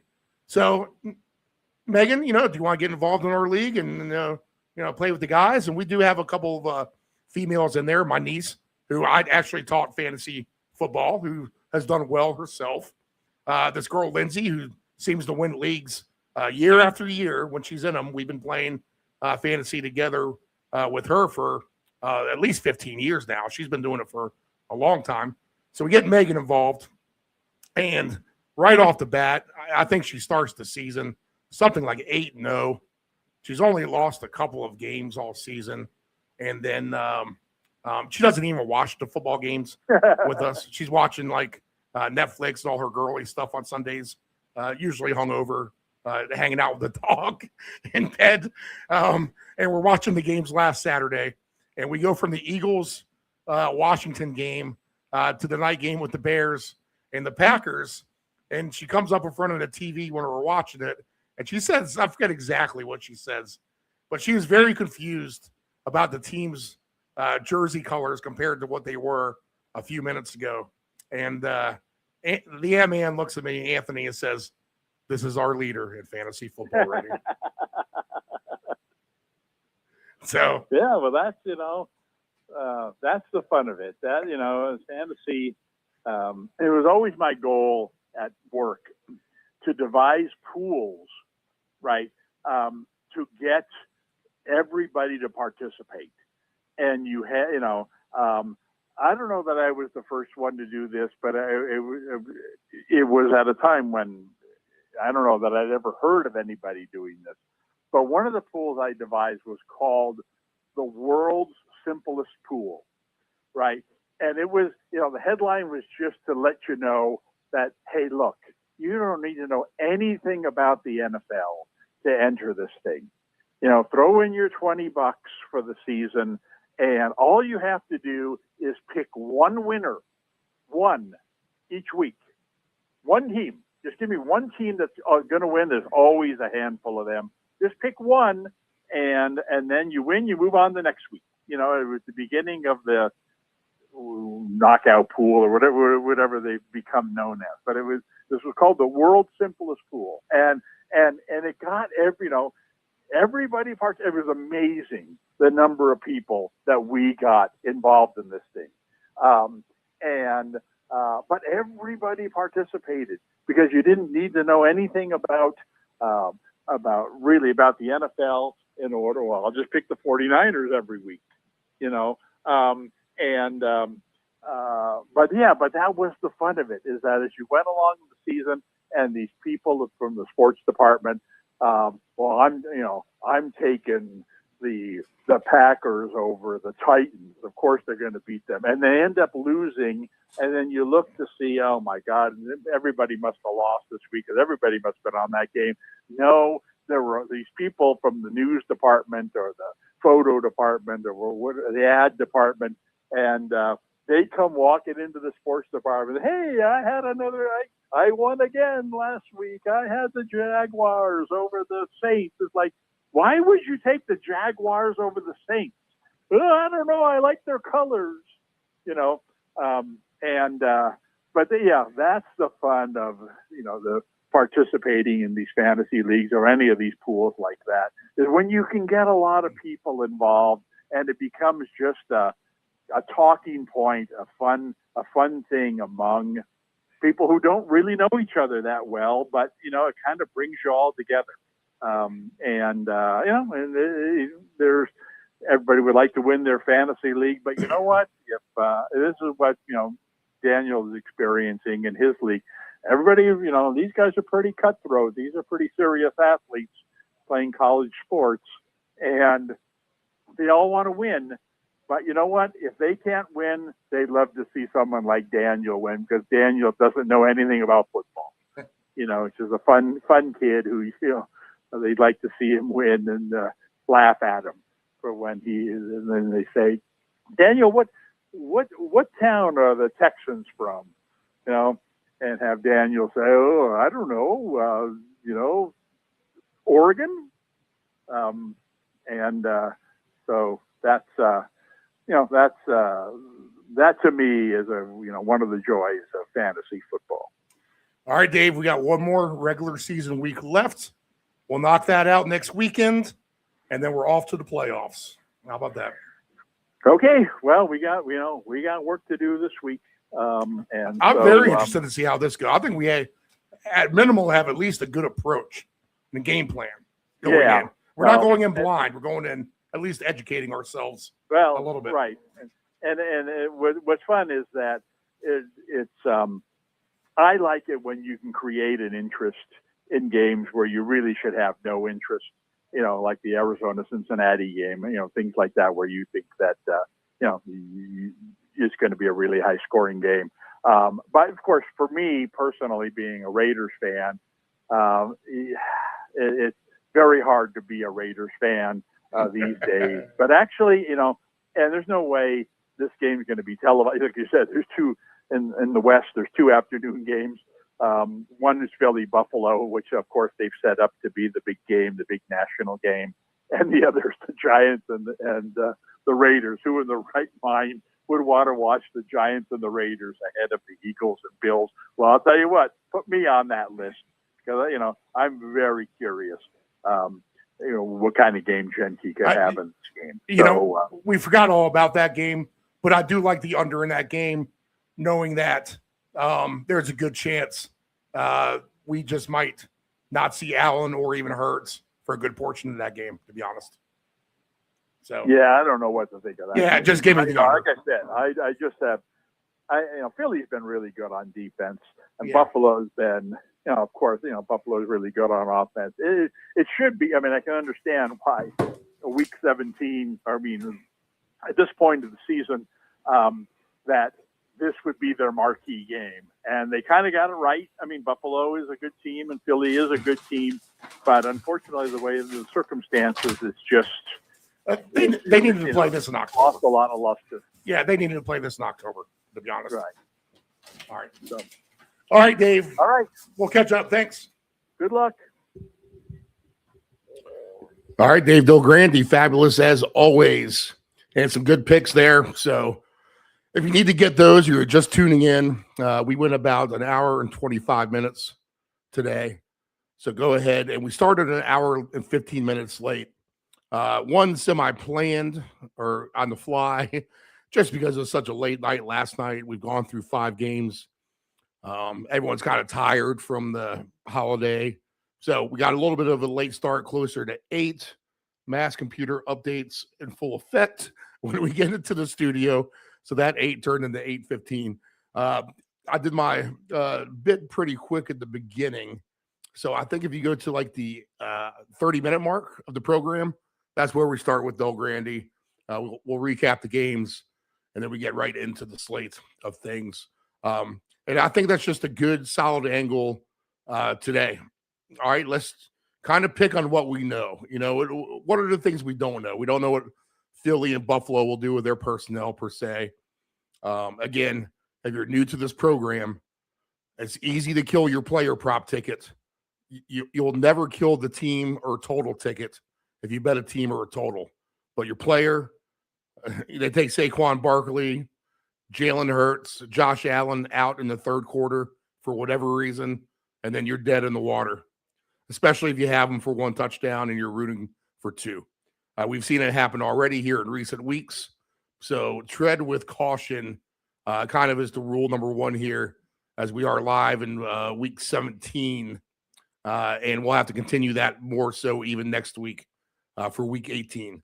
So anything, kind of tread water, be cautious, almost like you're looking over your shoulder, play with a little bit of anxiety, and play on what you know at least. And, that is for example, just the teams like the Saints and the Titans are trying to finish their season strong, and they'll actually go out there and compete today. Now, yeah, well, you get some guys getting benched in the second half. Maybe if it's a blowout one way or another, they're not going to kill the number 1 draft pick overall. But these two teams will compete, and could be a very sneaky over-under. I mean, it's 70 degrees there today. It's beautiful weather. Both of these teams playing well. I mean, I would not doubt this one flies over the total. The other one I'm starting to question now, too, and I haven't seen line movement here, but this Tampa and Miami game has to be an over type of game, right? And I know we say that with Tampa every week, and they've been letting us down lately. You're damned if you do, damned if you don't, but you got to go back to the well on them. I mean, you have to. They have so much offensive talent, and you almost get the little bit of a feel here. Kind of not mentioned, but isn't there a piece of Mr. Quinn Ewers there, who wasn't the worst thing last week? Let's be honest. Isn't there a little piece of Quinn Ewers there, the Texas Longhorn, who'd love to see himself take out Baker Mayfield, the Oklahoma Sooner, in that little quarterback rivalry? The two never played against each other. Baker was before Quinn Ewers' time, but for college namesake and pride alone, I think you get a gutsy effort probably out of both quarterbacks. And I would say it's the same thing with Baker. We're reflected back on Texas, as those two teams are rivals now in the SEC, Oklahoma and Texas. All right, so you almost get a little Red River, they call it, what do they call it now, nephew Dave? The Red River rivalry? Yep, that's exactly the right. old school Red River shootout. Red River rivalry. It was the shootout, and then you had to get politically correct on it and take that away. So now it's the rivalry. But I don't see this total moving, and I'll get to one line movement in a second that's going to be making all the sense in the world, to be honest. But 44.5 just seems a little weak. And I think you can pair that here with the Saints-Titans game. It's going to be 70 degrees. Both of these games with nice weather today. And points achievable in two oddball kind of games, Dave, I would think. Yeah, absolutely. So we'll look at some of the props we can get involved with those specifically. The other one, you think, how about this? Low 60s today in Cincinnati. A warm weather game with the Bengals and the Cardinals. It's not even going to be a cold weather game to try to hamper this over-under down, as this still sits at 53.5. The one line move we have seen this morning, and it is, let's see, the Jags are up to 5.5 now. I'm not sure if they were a little bit lower. I'm trying to recall that. But the Steelers now, they're up a full 1.5 since last night's Ravens game. They were -3 before that Ravens game. I think everyone was expecting the Ravens to go down, and then Derrick Henry, like a complete animal, had 4 touchdowns. Can't believe we didn't bet him for 3. I know the Ant-Man has him in a round robin for today with some other running backs. So he's in good shape with checking the box, number 1 with Derrick Henry. But the Steeler line is up to 4.5. And 35.5 now the total. So that has actually gone up a point here in the last few minutes. Nephew Dave, good morning. Good morning. This is the round robin just after 10 a.m. Eastern Standard Time, broadcasting live from our Chicks Beach studios in the lovely Virginia Beach, Virginia, the United States of America. We are here to invest the minimum, to make the maximum, and we're sitting on a jackpot today. For sure. We give me a Kyle Williams touchdown, nephew Dave. Yes, let's do it. And we'll cash one home, a nice big ticket. In fact, I'll put it up on the screen here. Let me get Dave Belgrandi off of there. Let me find this ticket, and I'll rotate some of these through. Now, Quentin Johnston is going to be on one of these tickets as well with his yards. Likely did not get there, but know that the other guys do apply for a winner as those tickets go through. But we have checked the box now with Jordan Addison, Isaac Tesla, Kevontae Turpin, Bo Nix, which we are basically declaring a minor miracle considering there are about 7 touchdowns scored or 8 touchdowns scored in 3 games, right? And the fact they're able to pick off half of them, and they're not your run of the mill player type of deal either. Right. So kind of a minor miracle to have those guys, and now almost as fate would have it, Kyle Williams gets his opportunity, and then you're like, no big deal. It's Kyle Williams, whatever. He probably won't get a touchdown. Well, it's going to help that there's no Mac Hollins, there's no Kayshon Boutte, and DeMario Douglas has been hurt too. So who's next in line after Diggs? It is Kyle Williams, numbered as a number 2. So that play is very, very live. You can follow along with that this afternoon as well. Okay, Survivor pool. We must find one. We agreed none of the 5 games we would take for Survivor earlier in the week, correct? Yes. Yep. So we're going to hold it off for today. Figure most of the good teams are taken at this point. You're going to have to stretch things out, so we don't need to get too complicated. But why don't you run down the list there real quick, Dave? Let's see what we got. All right. You want me to go through the lines too? Or Yeah. just, The lines are pretty set. They haven't moved too much. You got that ticker at the bottom, so pick your lines from there. All right, let's go. Seattle is in Carolina. What a game this should be, at least hopefully. But no Survivor for me.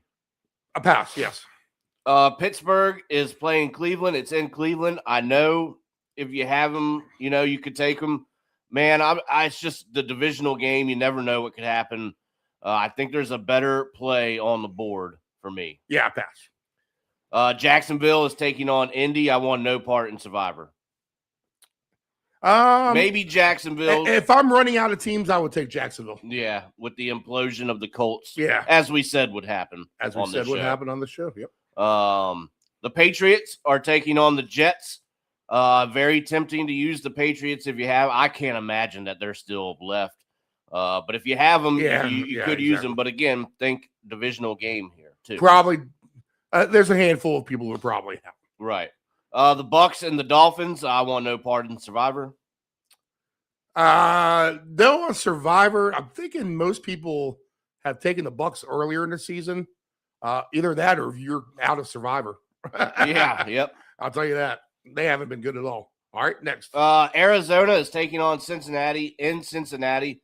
Steve, my theme for all of Survivor, we had a split pool this year, so I will be taking home a little chunk of the money. And my theme here was let's play risky this year, and I did. I started out of the gate, with some teams that may have been a little bit questionable, right. But they were all used at the right time.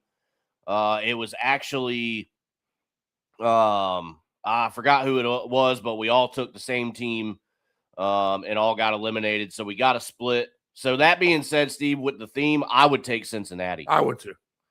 Honestly, that looks like the best thing to me. I think so. In a shootout, that game could see a lot of points today. 41-27, correct score. Yep, I like that. The Saints are taking on the Titans. It's in Tennessee. That pays 175 to 1, by the way. Oh, really? Okay. We're going to have to look at that. No Survivor in the Saints and Titans. But it sounds like maybe you have a play here. Maybe Steve. Tennessee. I just honestly, if this game were New Orleans, I would give the edge to New Orleans. I just like, they're both trending the right way to me, but I just like Tennessee's trending a little bit better. Yeah. All right, the Giants taking on the Raiders. Man, that would be a no thank you for me. Yeah, I was waiting for that. The Eagles taking on the Bills. It's in Buffalo. Great matchup here. No Survivor for me. This will be the parking lot. Yep. That's the tailgate there. Yep. The Bears, they're taking on the Niners in the night game tonight. Another good matchup. No Survivor. I think the Niners have been used. This would be a sneaky play to take the Niners tonight. I just think it's at the end of the day, especially after the Packer loss and the Bears winning the division, we might see them a little effortless. You letting off the gas a little bit, maybe. Yeah. All right. And then the Monday night game, just don't do it. If you have to do it, just don't do it. The Rams taking on the Falcons. I know it's very, very appealing to use the Rams, but just don't do it. Don't wait till Monday. After losing all their money on Christmas, after losing their money taking the over in the Charger Houston game, after losing all their money taking Green Bay, and after losing all their money today, there will be one last gasp effort to take the Rams -7.5 at Atlanta. Final score 28-21. Oh, interesting. And Atlanta covers. And it's a bloodbath for the player. And the sports books are laughing all the way to the bank. Oh, boy. We sure hope not. I'm hoping for a win today. Yeah. I got some decent angles. They're growing on me this morning. So let's get to them. Let's find the bets. First game on the board for me are the Seattle Seahawks and Carolina Panthers. Seattle -7.5, 42.5. Now, I guess we both agreed on the Bengals for Survivor, correct? Yes. Yeah. All right. And, well, this is a game where Seattle is coming off that fantastic win. You know they're feeling good about themselves. In Carolina, they're feeling good about themselves too. They beat their hated rival in Tampa Bay. They can play the no respect card to any number of degrees because this show hasn't given them their respect. Dave Delgrande kind of started to, and then I kind of lashed on a little. I knew we couldn't discredit them anymore, knowing that I can't fully respect. You got to see this product in the playoffs. Right. But they have been feisty all year. That it has been the theme with them, I feel like, though. Make no mistake about this, too. A side note. Whoever ends up in the playoffs and whoever wins the Super Bowl at the end of the day, this will not be a top 25 NFL team of all time or a top 50. Okay? Let's get that clear. There's a little bit of everyone's going to have a flaw here. So Seattle has been as good as it gets, though. You got to really give them credit. I mean, Evans didn't do so much. Smith and Jigma's been the best player in the league. He's a 90.5. I mean, Puka Nacua will argue that, right? But they're 1 and 2. They're right there next to each other. Jackson Smith with his breakout season, going from the number 3 to the number 1 on that team. And maybe he was even the number 2 behind DK last season. And the Seahawks just have a good thing going. Dave, I see my man Rashid Shaheed here at 28.5 yards receiving. All right. So that's going to be something I'm going to take a look at. And this has the feeling of the Chargers and the Texans all over again. Right. Does this not? It does. Oh, yeah. So I'm a little reluctant here to bet this game over. Man, I bet it could go over, though. I want to talk myself into it. Seattle has such good firepower when they can definitely lock it in. Barner receiving yards, 31.5. Cooper Kupp, 31.5. I have Rico Dowdle at 14.5. Where's my Ted McMillan at? Do you have him listed, Dave? Yeah. What do you want? Yardage? Yeah, I got very limited lines over here, even at this point of time before kickoff. And that's something too, guys. If you don't see a line, don't be shocked by that. Let's see here. We got Tet at what's his baseline? He's in the touchdown scoring list, but I don't have him baseline. Yeah, interesting. So we need to figure out what's going on with that. Maybe I'll do a little Google search there. And I don't have him in the receipt. I can't go alt either. There's no, but he's in the touchdown list. Okay, touchdowns in this game. Let's take a look at that. Steve, I don't know if it matters, but I think my camera's off.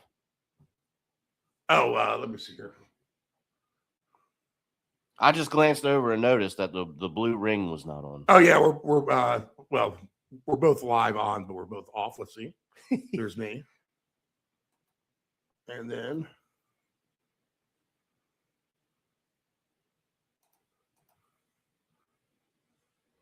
It's those updates. yeah, it is definitely. We might have to go camera-less, Dave. In fact, Okay, yeah. mine kind of tweaked out a little bit too. Why don't you Straight radio today. go tune us in, Dave, next door? Let me make sure the audio is coming in clear.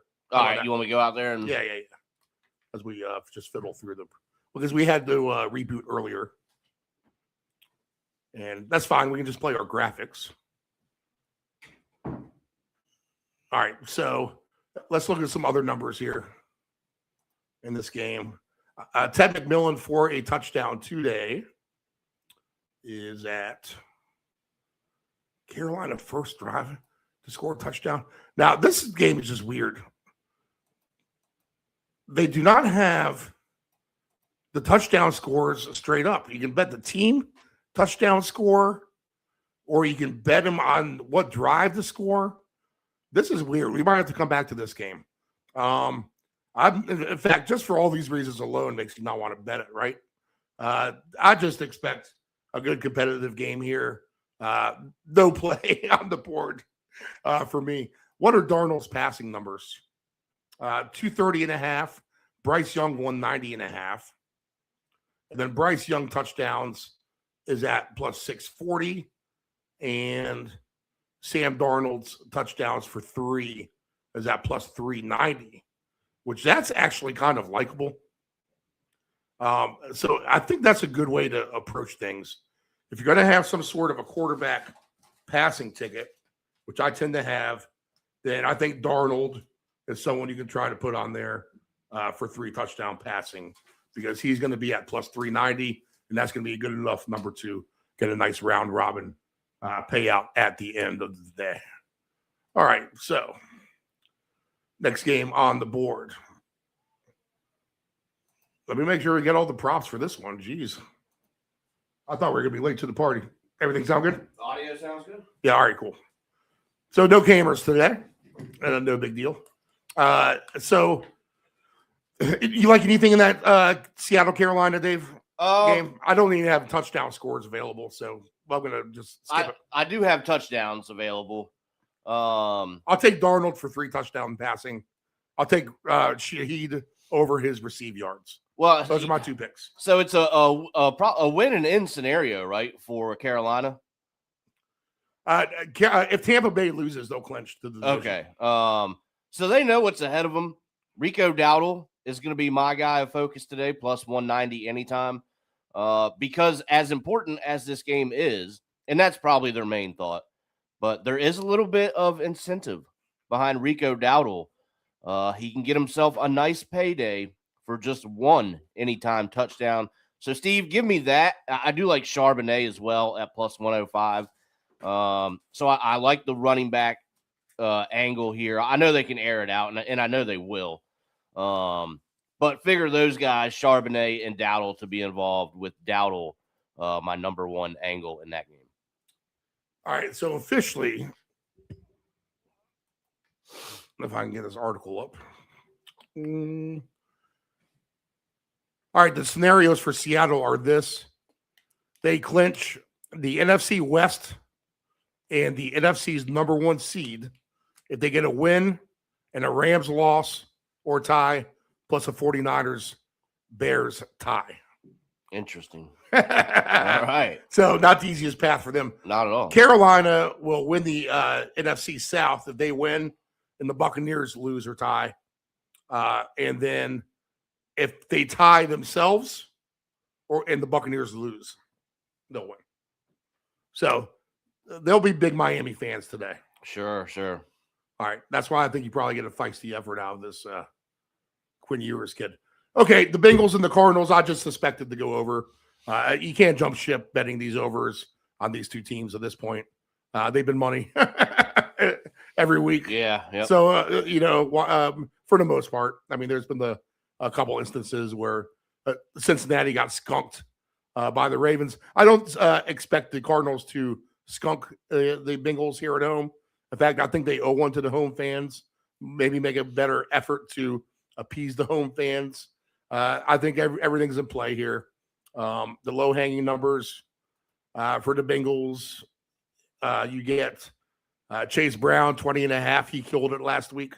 Isis is 13.5 on his baseline. How do you not just play on that? Gesicki's 25.5. T. Higgins, 59.5. He's always scores a touchdown. T. Higgins. And Jamar Chase, 85.5. Del Grande likes Michael Wilson over 49.5 rushing yards. I'm sorry, Michael Carter over 44.5 rushing yards for him. Burrow is 4.5 on his rush. Brissett, 10.5. I'll pass on both of those. I'll pass on interceptions for those guys. Let's see here.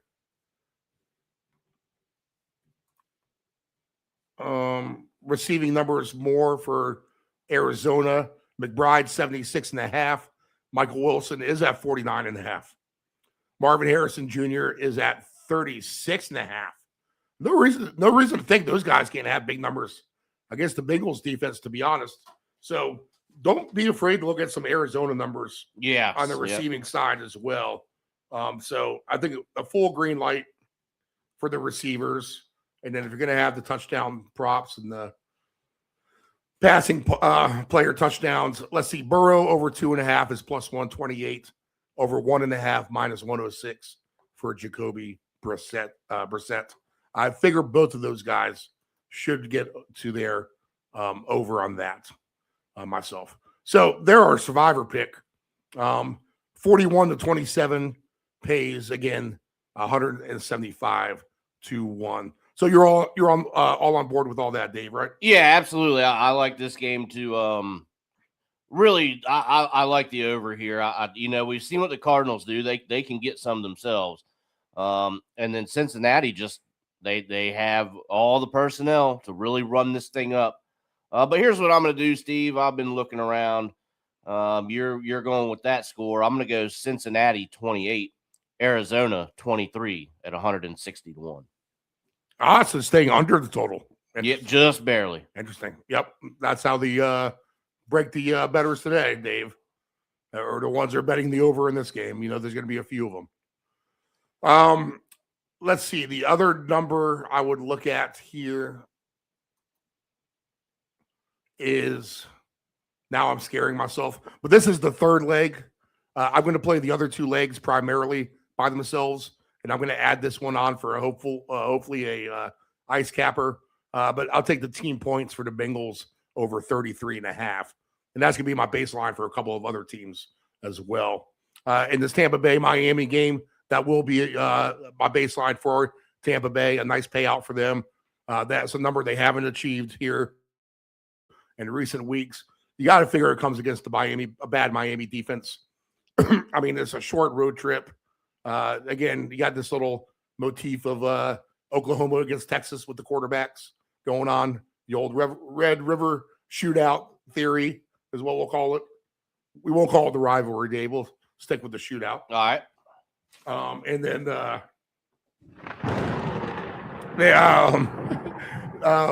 I think it's all Baker. I mean, pick your poison. Again, on the Buccaneers, there's so many guys. I mean, Evans obviously can score. He can get 2.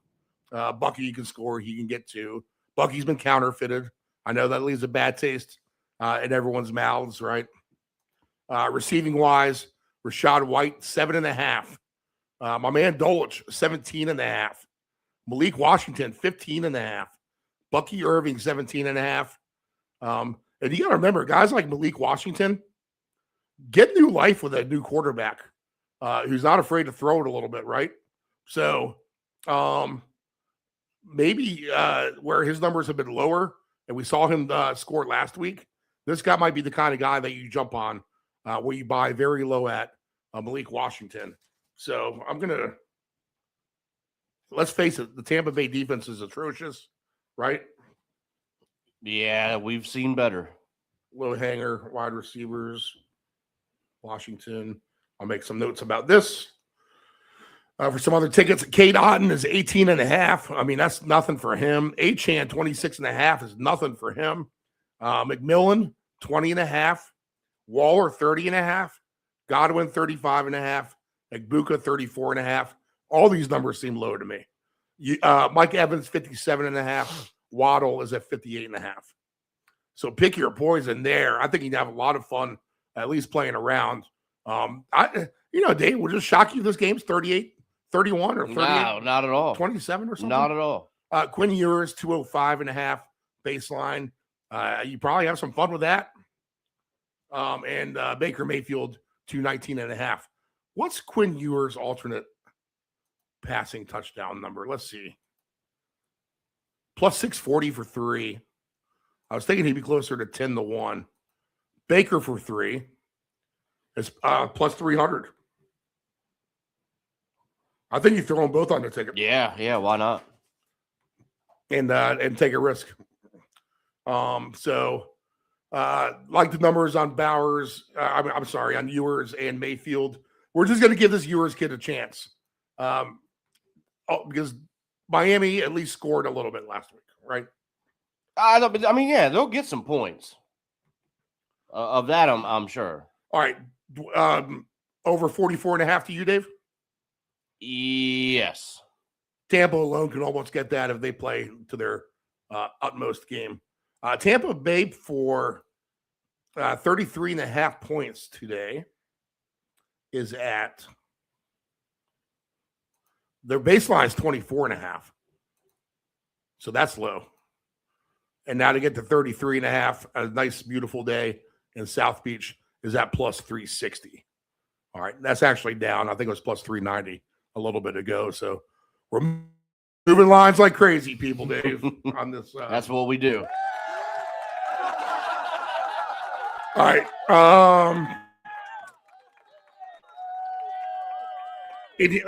What else? Anything primary here? I know we haven't done the 2 touchdown ticket yet, so we need to get a couple guys going on a touchdown madness ticket. Right. So anything else you want to play up here? Steve, no, I mean, there's I think you covered it well enough. I tell you what, though, if we're going to play something, we've seen this happening, and we were pulling our hair out last week. Play the Sean Tucker anytime touchdown somewhere. Just do it. Because it's coming. The counterfeit is coming. So just play it. Don't do like we did last week. We're going to learn from that mistake. And we're playing Sean Tucker plus 175. All right. I'm going to play this straightforward on the touchdown madness ticket. I'll put 2 players on from this game on the ticket. And we'll take short shots here. Why not? All right. We'll take Evans and we'll take Achan. I like it. Let's rewind to this Bengal ticket. Against that defense, why not Chase or Higgins? Jamar Chase is just due. He's plus 370. Yeah. That tells me he's going to score. And then Seattle and the Panthers, we don't have any good lines for 2. So we'll avoid that. All right, Jacksonville and the Colts, 5.5, 48.5. Why do I have the feeling this is going to be like Monday night with the 49ers and the Colts? Give me the over in this game. Give me Jacksonville in this game. Alec Pierce has been great. You can take his props if you like. The receiver numbers are ETN 17.5, Josh Downs 39.5, Jonathan Taylor 17.5. I would play the Taylor over. He's on one of my tickets because Phillip Rivers likes to spray it out to his running backs. That's an easy one for him. 42.5 for Parker Washington. Alec Pierce is at 30.5. That's fine. He likes to target him. Brenton Strange, and a really nice breakout season for Alec Pierce, Dave. That's your guy. Yeah, yep. That's your guy from the get-go. Brenton Strange, 38.5. Tyler Warren, 47.5. Watch out for Brian Thomas Jr. today to me, 49.5 for him. Pittman's 44.5. Jacoby Myers is at 59.5. The Jonathan Taylor rush yards, just a 72.5 today. So you get him cheap if you want him. ETN is at 66.5. Trevor Lawrence can run the ball, 17.5 for him. I like the Jags. You might get one last stand by the Colts here and get some ineptitude by Jacksonville. But there's no doubt Jacksonville has a good thing going. But can they get beat one last time by a team who's now just deflated that they're not in the playoffs? I don't know, Dave. You might even see a little bit of shenanigans on the Colts' part with their personnel, considering they're out of it today. Right. You might get Taylor to the bench, Yeah, I mean, especially if this is a runaway. So he's one guy I would be wary of in this game. The Colts, they're out of it, so yikes. yeah, I mean, really. What do you like here? I like the Jags. I really do on the road. We talked about it for weeks now. The Colts, just the implosion, as we mentioned, and we all called it. We said, here it comes. And, now they're eliminated. They're done. So I guess, you kind of like the Bengals, you want to give the hometown crowd something to cheer about. But really, when you were 8-2 at one point and now you're eliminated, what do you have to cheer about? Not much, Steve. Everything is in front of Jacksonville right now. Good thing going, as you mentioned. I guess just too much. Maybe give me Jacksonville on the alt spread 9.5. I think they win this one on the road pretty handily, and off to the playoffs they go. So give me anything Jacksonville here, Steve. I did play Tyler Warren though on the flip side of that coin for an anytime touchdown. Figure they're still going to maybe try and sling it. So Tyler Warren to be heavily involved. But I think it's all Jacksonville here today, Steve. I like Brian Thomas Jr. I'll take him at plus 195. He's been emerging. He has superstar capability. And if the Jags are going to roll, then obviously there's a chance for someone to score 2 here. And we'll go ahead and throw Brian Thomas Jr. at 16-1 on our Madness ticket. Why not? Yep.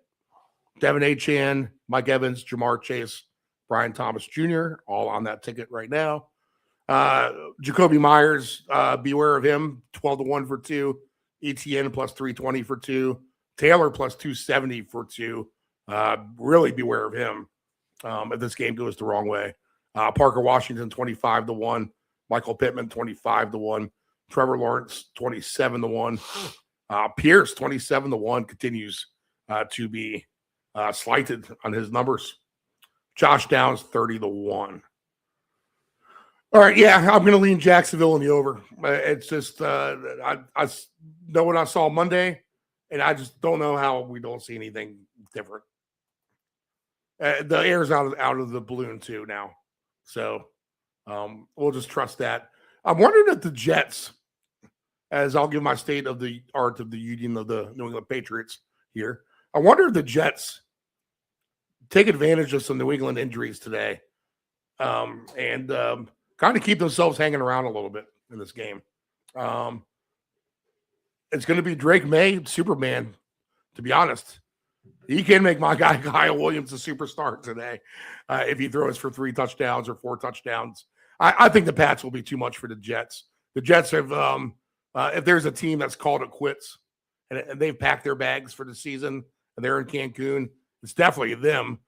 They've had their injuries and lining personnel as well. Never in your life do you lay 13.5 points on the road. If you're an NFL team, that's not the bet you want to do. But this is a short trip. I don't see any reason why the Patriots don't score into the 30s today or upper 20s and maybe pull the plug on the Jets. I think they can score plenty of points still, and I'm going to trust them to do that. So give me the Patriots and the over here, Dave. State of the art of the union is that win over Baltimore looks a lot better after Baltimore winning in Green Bay last night. So give them another shot at Buffalo. We'll see how things pan out then. We punched them in the face first. They counter-punched us back hard after almost getting knocked out on the ropes in the second game. And then we'll see how this trickles out into the playoffs as well, if the two can see each other again. So Patriots fighting for number 1 seed still in the division.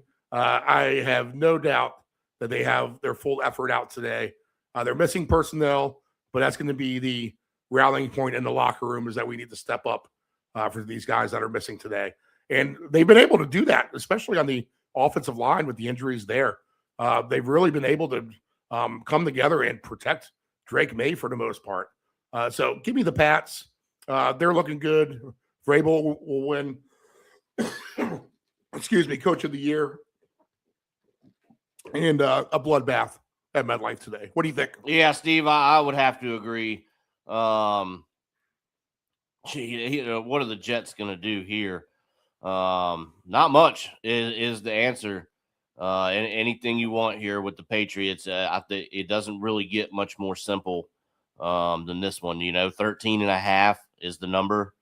So that just kind of tells you what's going on here. So, yeah, give me the Pats in a route there at New York at MetLife, sending the already miserable Jets fans home just a little bit more sad.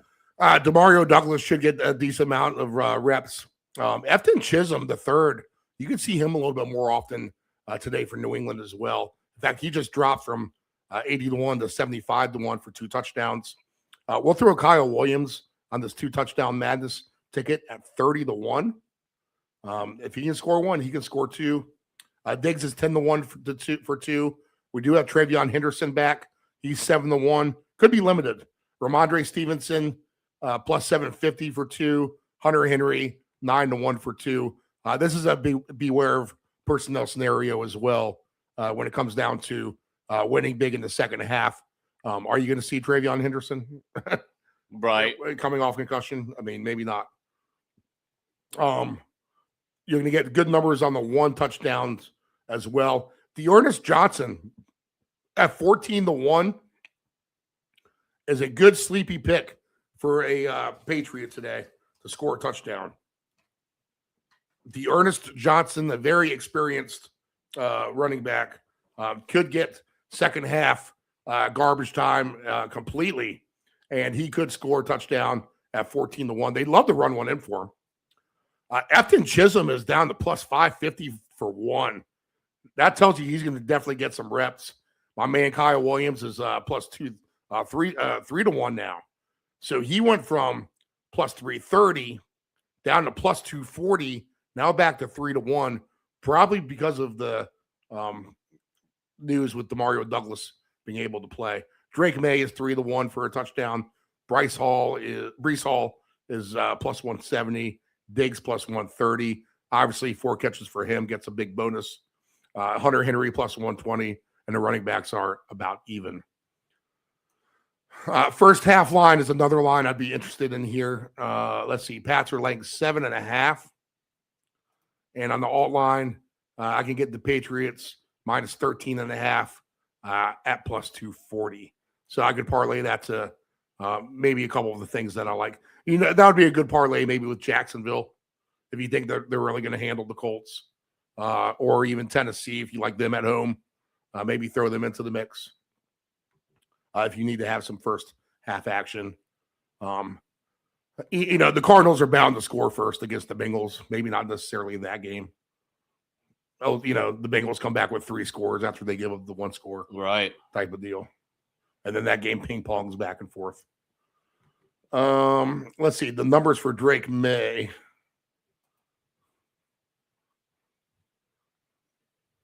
What do we got? We had 2 more 1 o'clock games at 10:38. All right, so we're doing good.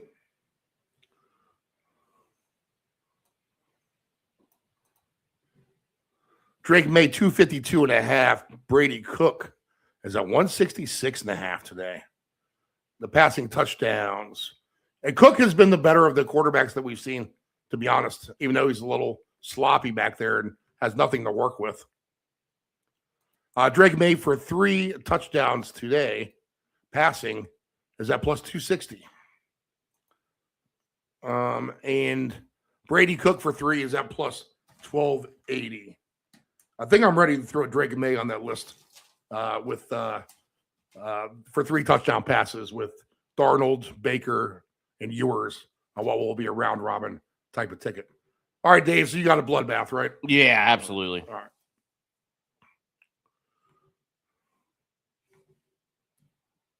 Team. Let me look at the team total points for the Patriots real quick. Because I don't have them on my list initially, but a lot of times I don't need to be barking up other trees when I have a perfectly good tree in my own front yard, you know. Over 33.5 plus 235. All right. So I think that's a good playable number. All right. Titans and the Saints. New Orleans is a minus 1.5 point favorite at Tennessee, 39.5. I don't buy the fact that the road team should be the favorite here. I think the wrong team is favored, although they both are trending better and competitive. Let's do the quarterback comparison. You have the number 1 overall pick for the Titans against Shao, who was, third round pick or so for the Saints? Yeah. Something like that. So that tells you the better quarterback is on Tennessee. And I like the relationship he has with his receivers and the tight end. And now Olave has been burning people. The Tennessee back end could get torched a little bit, perhaps. But let's just trust the home team here. And they're due for a nice win in front of their fans again, like they had last week. Back-to-back wins is what it would be. So beat the Super Bowl champs and then follow that up with a nice win over the Saints. And I think you can chalk me into some sort of an alt line with Tennessee. Their points plus 1060 to get over 33.5. Nice, beautiful day in Nashville as well. So over and under 39.5, I think is in play for it to go over, to be honest. Maybe just a simple way to do it would be over this game and over in the Tampa Bay Miami game and just hope for the best with those two. So weather says we could have points again today, and I'm hoping we'll get them here. The low hanger receivers, our man DK Dyke has been fantastic. He's at 28.5, so he continues to be low. Olave is 69.5. Juwan Johnson, 45.5. Alec A. Manor is 26.5, so he continues to be low. Okonkwo is 25.5. Tajay Spears had a fantastic game receiving last week. He's at 17.5. So I would definitely play some Tajay Spears on the ticket, and I would play some receivers for Tennessee as well, especially if they could just have a good game. Tony Pollard is 6.5 receiving. It's an interesting low number, to be honest, as well. I'll lay off the Cam Ward rushing yards. He's just at 6.5. Tyler Shao, 16.5. He's definitely bound to get that. Taysom Hill, 16.5. So that would be interesting. Doug Grandy loves him for 2 touchdowns today. Audric Estime, 33.5. Pollard, 63.5. So any kind of rushing options there for the quarterbacks. Cam Ward baseline 185.5. Shao 221.5 for their touchdowns for 3. For Cam Ward is 7-1. For Tyler Shuck, I want to say Shao all the time. 3 touchdowns is plus 490. Let's throw Cam Ward onto this touchdown passing list we have going. And then we'll also throw on for 2 touchdowns. Let's throw on our man DK. How about that? All right. And we didn't take we did Kyle Williams for New England. Yep, we did do that. So DK for 2 touchdowns today, 27-1. Olave is 11-1. Pollard 12-1. Juwan Johnson 16-1. Taysom Hill 20-1. Estime 35-1. Spears 35-1. Okonkwo 45-1. Shuck 45-1. Gunnar Helm 50-1. All right, give me Tennessee. Give me some low hanger receivers for him as well. I'll take Cam Ward for 3 touchdowns on my quarterback passing list, and we'll throw Chimere DK on Touchdown Madness, which is the ticket we build with you guys, if I didn't explain that before, and add on to DK Dyke, otherwise known as. Add Kyle Williams, Brian Thomas Jr., Jamar Chase, Mike Evans, and Devin Achane, and which is a very conservative approach for this program. All right, Dave, what do you like in this game? Yeah, Steve, I like Tennessee at home as well, plus 100 on the money line. So keeping it pretty simple here. I did play a little Juwan Johnson. He's got an incentive. He needs 67 yards for a nice little payday. So I played an incentive ticket with a mix of all these guys, different incentives. So we'll see how that goes. It's just an interesting, fun little ticket. But for Juwan Johnson for 70 yards, it pays pretty healthy. So we're going to sprinkle that in. We've got Tony Pollard in there anytime. So a couple players here in Pollard and Johnson that I'm focusing in on here. But at the end of the day, Tennessee feeling maybe a little bit better about themselves. They're at home and, maybe trending in the right direction somewhat here towards the end of the year. So, Steve, give me Tennessee at home. All right. And just for an example, that we'll do a little art of making the tickets on the fly. And Dave, I'm not going to take a 2-touchdown score in the Steeler Brown game. Okay. So let's just see what we get. We're going to have 6 players on this ticket, which I think is very reasonable. Achane, Evans, Jamar Chase, Brian Thomas Jr., Kyle Williams, and Shamir DK. On my primary, I did take Gainwell, though, if you were thinking about maybe taking anybody. He's an interesting call. Well, we'll lay off that game. Yeah. Let's see here. If we go, we're not going to hit any super jackpot today. Let's see here. We'll do 50 cents a leg. And we'll be able to go all the way up to the 5s, it looks like. Yep. Can we do a 6?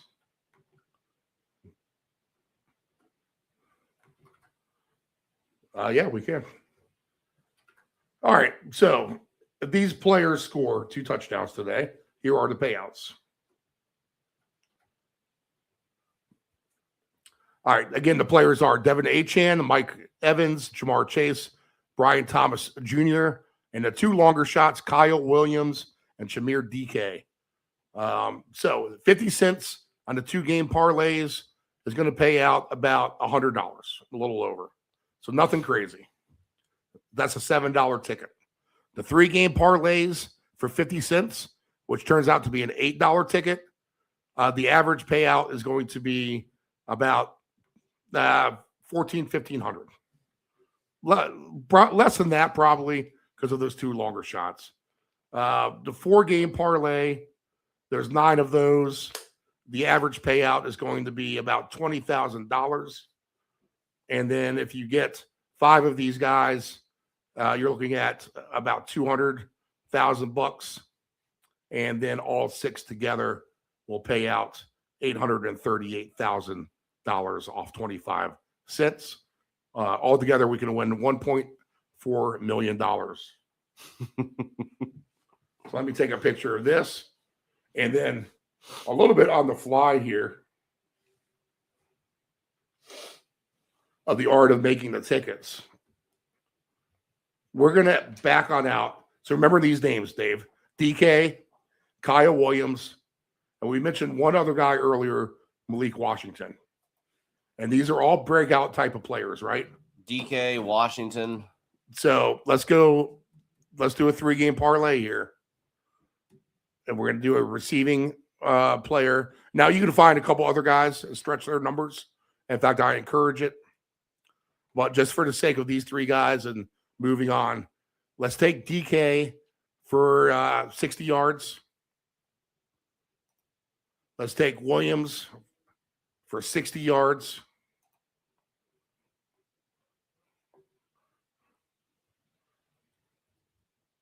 Do they give you Williams for 60 yards? Looks like they're not. All right, screw him or back out of him. Let's go to Miami. And this is it. Let's just, even if we just do 2 things, I'm fine with this. So we find our man, Malik Washington. 60 yards for him is at 15-1. Wow. So $10 wins you 1,000 on 60 yards each by DK and Malik Washington. How about that? Yeah, I mean that's really not bad. Yep. So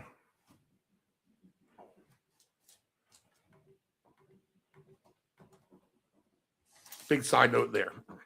All right, on to the 4 o'clocks. I know with the Steelers. You all right? So you like Gainwell today, Dave, and the Steelers? I do, yes, sir. Yep. He's just been producing very, very good for them. I figure, why is that going to stop now? So yeah, sign me up. I have them anytime, and I have them for 2. Sprinkle Warren in there. Make sure you get him in there because he'll get his opportunity as well. But yeah, my focus, Steve, is going to be on Gainwell, as it's been for last couple weeks since I picked him up in fantasy, and he was really the only one that kind of kept me afloat towards the end, unfortunately. So he's earned my trust in that regard. You'll get paid nicely for it. I like the Steelers here. And tough divisional game, anything could happen. But it's a win and in for Pittsburgh, so I got to figure the better team is going to do what they're supposed to do and go in there and beat Cleveland. So, Steve, give me Pittsburgh, give me Gainwell, and it's a happy day for the Steelers. I mean, it makes sense. I mean, it's going to be a sloppy day as well. So Gainwell makes sense. I'll write him down. I'll play with him. Why not? And Rodgers says he wants to get him a raise. So he'll definitely get some short passes, what could be a very bad weather scenario. Let's see. What does he have for his receptions today? On my end. 6 catches is plus 205. I'd like to get paid a little bit better for that.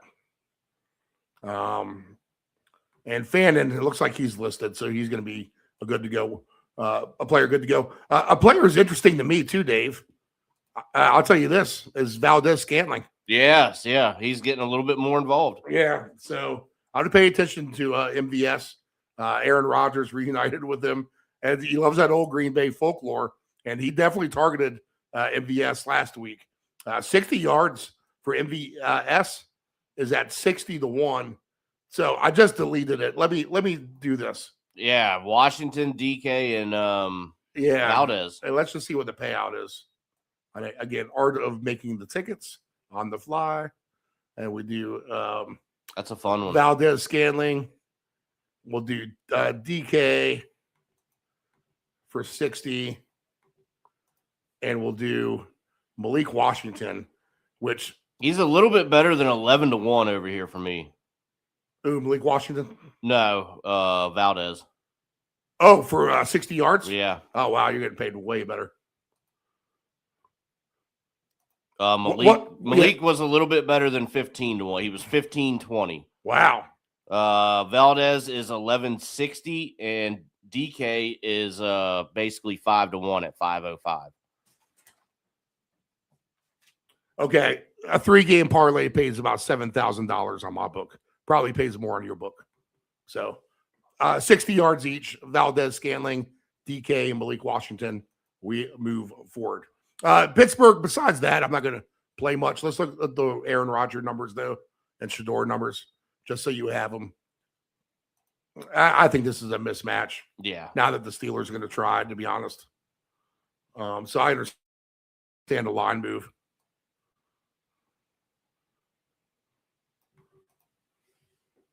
I think they're probably hoping they could relax. So Shador Sanders, 177.5. Aaron Rodgers, 183.5. Alternate passing touchdowns for these players today. And how appropriate that we talk Aaron Rodgers and chiming in now on the hotline. Aaron Rodgers plus 580 for 3. Wow. He's a mutta. And Shador Sanders for 3 touchdowns today. 14-1 plus 370 for Shador for 2. Good morning, Antonio. How are you? I'd be much better if Green Bay would have just taken care of business and we wouldn't be talking about Rodgers right now. Because they would have had the division. But now we have to watch. Now I have to watch them play the stupid Browns. Strongest line move of the day so far, up to 4.5. now for the Steelers, over under up to 35.5, and what should be a bad weather game. But it could be fun. How about our angle for MVS, Anthony? Valdez Scantling today. Well, as long as MVS doesn't go after any Browns fans, I'll take him. Yeah. He just went up 2 to 12.20. Yeah, so his number's dropping live. See, they tuned into the show. He's plus 430 for one today. It is 2 touchdowns. Man, let's just take a look at that. 40 to 1 for that. You'd hope you get more. But you're right. No DK Metcalf. Could be more Valdez Scantling. A player that he trusts. And for 60 yards to get that big number, 15 to 1 or whatever you have now, Dave. What do you got? For Valdez? Yeah. I now have 12.20. So that's moved big time just during this conversation. And Wait, Dave, what's 12.20? Valdez for 60 plus receiving yards. How about this? He went from 15 to 1 to 6 to 1 to me. Wow. They're tuning in. They definitely are. So we're talking about the Valdez Scantling, DK, and Malik Washington ticket. Malik Washington getting new life with Quinn Ewers, and what will be the Red River Shootout, Anthony, today with Oklahoma and Texas at quarterback in that game. All right, Anthony, anything else on Rodgers for you in this game? Just win. Yeah, just win so I can win this Pittsburgh bet. All right, your best bets for the 1 o'clock games. That we went through all the 1 o'clock games. What are a couple of things? Throw a couple picks out there for these guys. Let them feast on something. I'm looking. Look, it's fantasy championship week. Play your studs. I'm going with the big game from JSN. Jamar Chase hasn't scored since October. I know I've lost money with him, and you know what? The hell with it. They're going against the Cardinals. It's the highest over under of the week. The hell with it. I'm going back with Jamar Chase, 125 and a score, and I'll probably popcorn that for 2 touchdowns as well. Stevenson's back, correct? Yep. Or not Stevenson, Henderson. Yeah, they're both back. Yep. That's why the Ernest Johnson in the second half is the pick. Yeah, because once they're up by God knows how much. If Brees, I believe Brees Hall's playing. I wouldn't mind his receptions. Just a couple dump offs. I don't care what his yards are. Coulter eliminated, but that doesn't eliminate Phillip Rivers. Give me every dump off to Jonathan Taylor you can imagine. For the Jags, I think last week was Parker Washington. I think it's going to be the Jacoby Myers show today. Facing the Titans. You know what? In the goofiest way, and no Kamara again. They're playing the Titans. Said it before, and I'm going to say it again. Oh, Del Grady loves them. You don't even have to say it. It's happened before. Yeah. I'm going back to it. Let's go Taysom Hill. Tampa Bay, they obviously need it. I honestly would not be surprised if Miami wins. I can't explain how. But fire me up all the Mike Evans.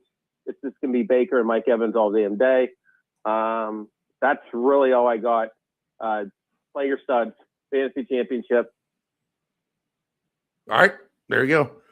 4 o'clock hot game. Giants and the Raiders. Give me Genty for 2 touchdowns in this game. 2.5 for the Giants. 41.5. The kid will make a hard effort for Coach Pete Carroll, who probably is on his way out. And the Giants are coachless. I'm sure there's some angles to this one. And, I don't know what the right ones are or not. They both seem to be mentioning players left and right. It is ineptitude versus ineptitude, which could create mass chaos between these two. Let's be honest. Man, I hope this is 44-37. Geno Smith and Jackson Dart. Geno Smith 197.5 baseline. Jackson Dart 186.5. Man, what are the chances we can get 44-37? The very low hanger numbers for this game. Tyrone Tracy 13.5. Bellinger 20.5. Isaiah Hodgins 16.5. Genty 26.5. Michael Mayer 35.5. Or Michael Meyer, however you want to say it. Slayton is at 37.5. Oh, there's our man Trey Tucker, who does nothing, 46.5. Wandell Robinson, 58.5.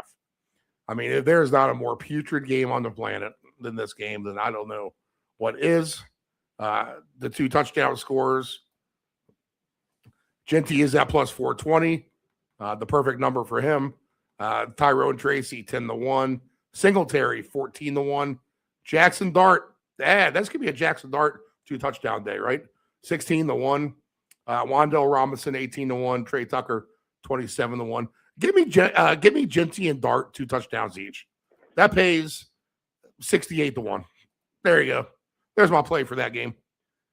Passing prop wise for the touchdowns, Geno's at plus 630. Jackson Dart is at plus 640. They both throw an interception. That wouldn't be a shocker to me, to be honest.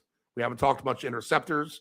Geno is always a favorite to throw an interception. Oh, yeah. He's minus 138. Dart is at minus 102 to throw a pick. Though Grandy loves Genty, I don't see a reason why not. You know what? I'll take some Jackson Darts rushing with his touchdown. How about that? 2 touchdowns, Genty and Dart. What do you got, Anthony? I actually don't mind that at all. No Brock Bowers, fire up Michael Mayer. This is pretty much the battle of the I want the number 1 pick. But I'm intrigued. But who's there to Giants pick? It is, but the Giants aren't drafting the quarterback. And the Raiders will get what Mendoza anyway, probably. more than likely. But and if the Giants, well, the other thing is if the Giants lose and they get the number 1 pick, they'll just trade it. Or they're just stupid enough they'll draft the quarterback because I think Dart is their future. They just have to keep the dude healthy. I think that's what all Giants fans are hoping for. Honestly, for both to play well. They could both trade down. I could see both these teams trading down for more picks. To be honest, Las Vegas needs a quarterback. I think New York's okay because remember Malik Neighbors is coming back, Scatterby's coming back, and as long as Dart, look, he's a rookie. What else are you going to do? He's taking his lump. Right. Yeah, take your lumps now. A lot of quarterbacks did the same thing. Lamar did this. I mean, no.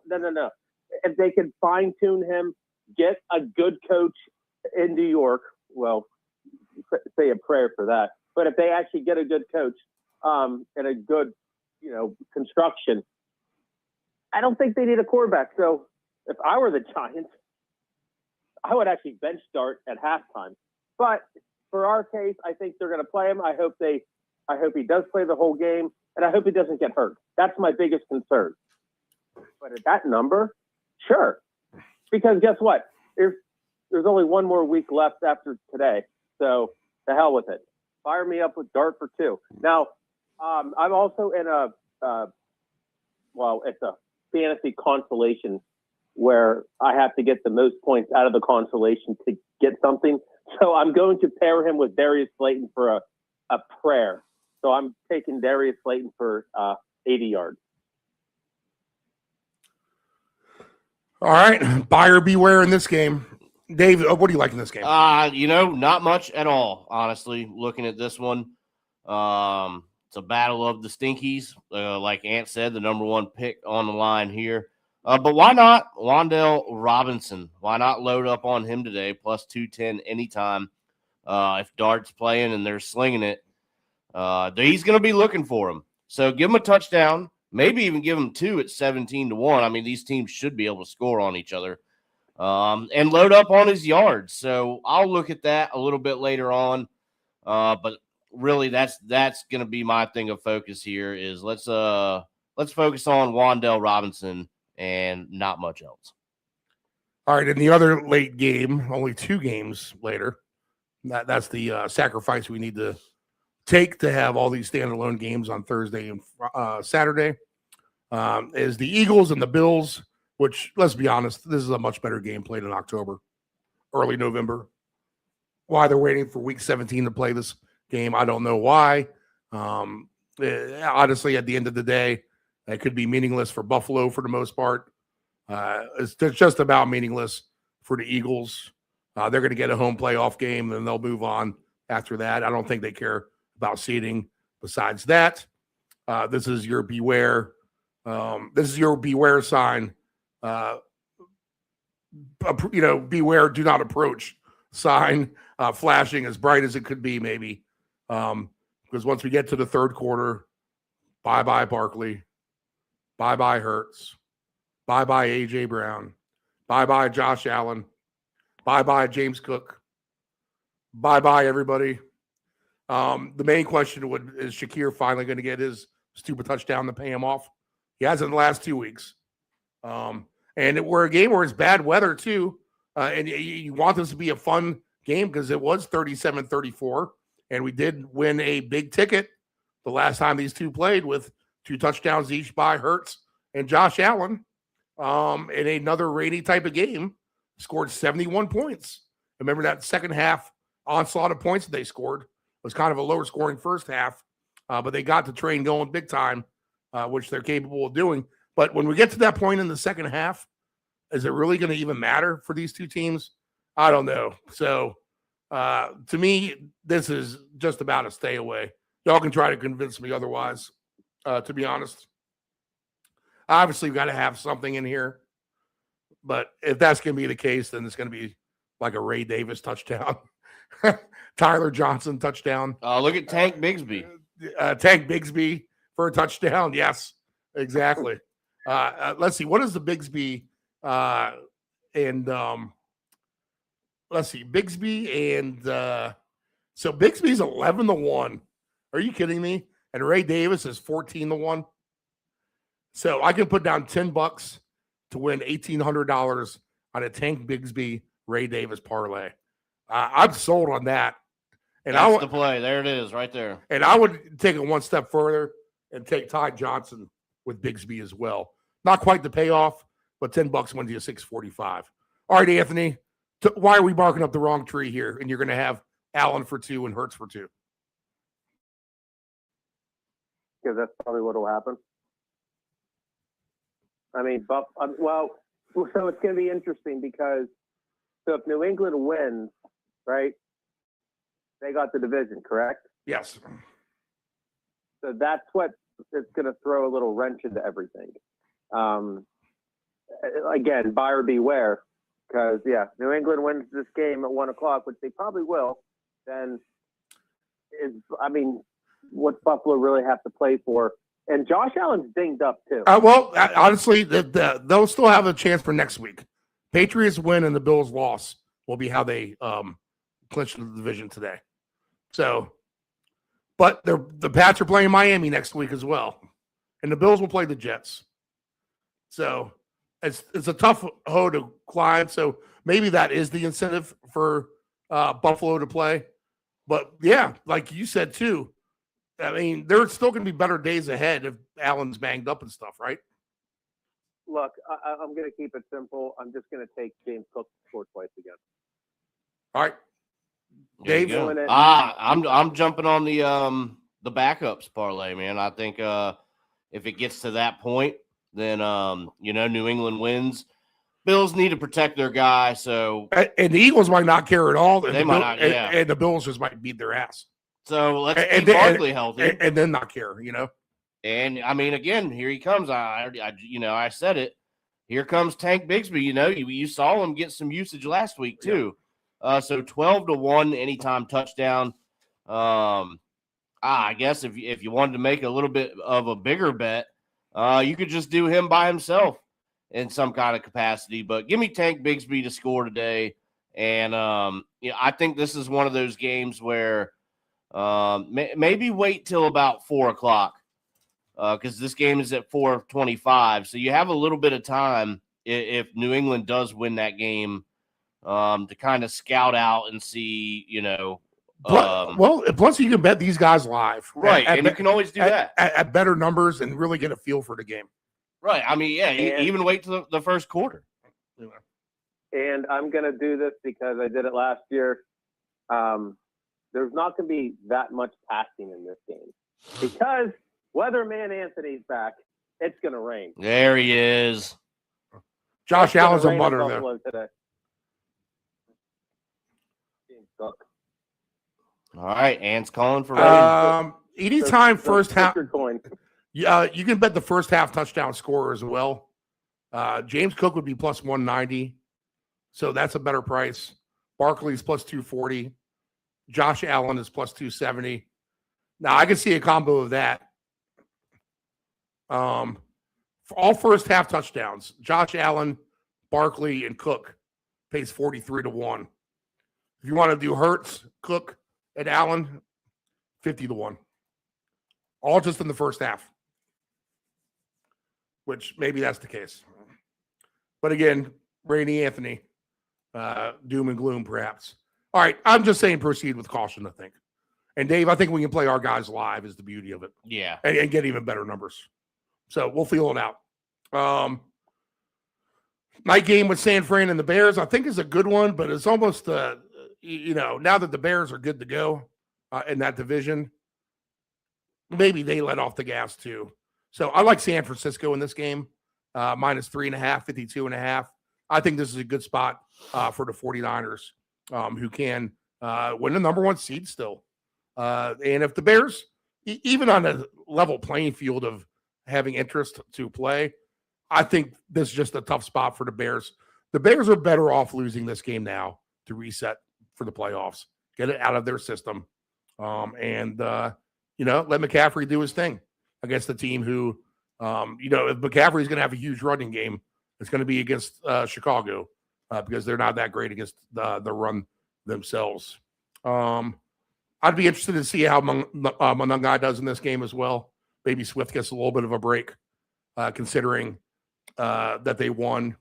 And, if this game gets out of hand, I think Caleb's out of there. So buyer beware on everything with the Bears after clinching the division last night. And San Fran had everything to play for. In fact, I think San Fran's one of the better plays on the board today. I'll go that far. If there's a big Steve lock of the week, did it win last week, the big Steve lock of the week? What was your pick? I want to say it was the system play, which would have been Cincinnati or Tampa. I guess it was Tampa. They didn't win. All right, so no, we'll call it a loss. But if there's a big Steve lock of the week this week, I'll take the 49ers minus 3.5 over the Bears. All right, thoughts, gentlemen? Well, it's interesting because Green Bay, I think they're the 7th seed. I don't think the Bears can get any higher or lower, correct? Yep. So what's the point of Caleb Swift? Yeah, I would not be surprised if Monangai gets in there. I might even pick him to score twice. San Fran is playing for their lives too. So San Fran still has a chance to win the division. So fire me up all of the Christian McCaffreys. George Kittle is still questionable. And by the way, guys, if you have George Kittle on your fantasy team, make sure to pick up Jake Tungus. Or Tonjes, as everyone calls him. Yeah, I don't see Kittle listed right now. I got Tongas. I don't either. Yep. So again, in our league, for my third place attempt, I just picked up Tonjes. So, yeah, by the way, yeah, if you have Kittle, go pick him up right now. Going to go with, Steve, if your theory is correct with Chicago, and they do let off the gas, give me Cole Kmet. Yeah, he'd be an interesting player today on his yardage for sure. Monangai for 2 and McCaffrey for 2 is at 33 to 1. So nothing super crazy. But McCaffrey, definitely the short shot on the day at plus 220. He's gonna have a big game tonight. I have no doubt in my mind with that. 46.5 is his receive yards, which is crazy. And 46.5? Yeah. Wow. There's really no low hanger 49ers listed right now. They're expecting the Niners to score tonight. So, I just like the Niners. I think that's why not make it difficult on yourself? Just take the Niners in the game. They could spread it around to anyone. It could just be the ground and pound on McCaffrey at the end of the day. So none of the receivers are getting you off at all either. So I'll trust McCaffrey, and I'll take the Niners. Anything else, boys? Nah, I think you've got that covered pretty right. Okay. Yep. Oh, don't forget, let's throw some Zacchaeus in there. There you go. There's Zacchaeus bet. And I said it all show. I said it all week. After the sports books destroyed the gamblers on Thursday, after everyone bet the over in Tennessee, in the Texans-Chargers game yesterday, after everyone lost their money on Green Bay and the under last night, and after everyone loses their money today, the last place I want to be with everyone trying to win their money back is on the Rams -7.5 at Atlanta. This has 28-21 written it all over it to me. Unless the stupid Atlanta coach goes for 2, down 8, trying to get down to 6, and a complete momentum killer, that will be your best hope. But I fully expect Kirk Cousins to stay within the number here because he's been good. 220.5 is his baseline. 268.5 is the Matthew Stafford baseline. The Rams can give up some points now, and Atlanta can score points as well. They have a couple superstars on their side as well. Get Drake London back. You ever heard this Bijan Robinson kid? All right, so Atlanta has a lot to work with, and I'm not going to be with everyone else in the world betting the Rams on Monday night. That's the golden theory. Number one, put yourself on the side of the sports book. Who's the sports book going to need? The Falcons. That's the side I want to be on. Dave, what do you like? Steve, I mean, I could definitely see it. And it all makes a lot of sense. And there's a lot of personnel on the field.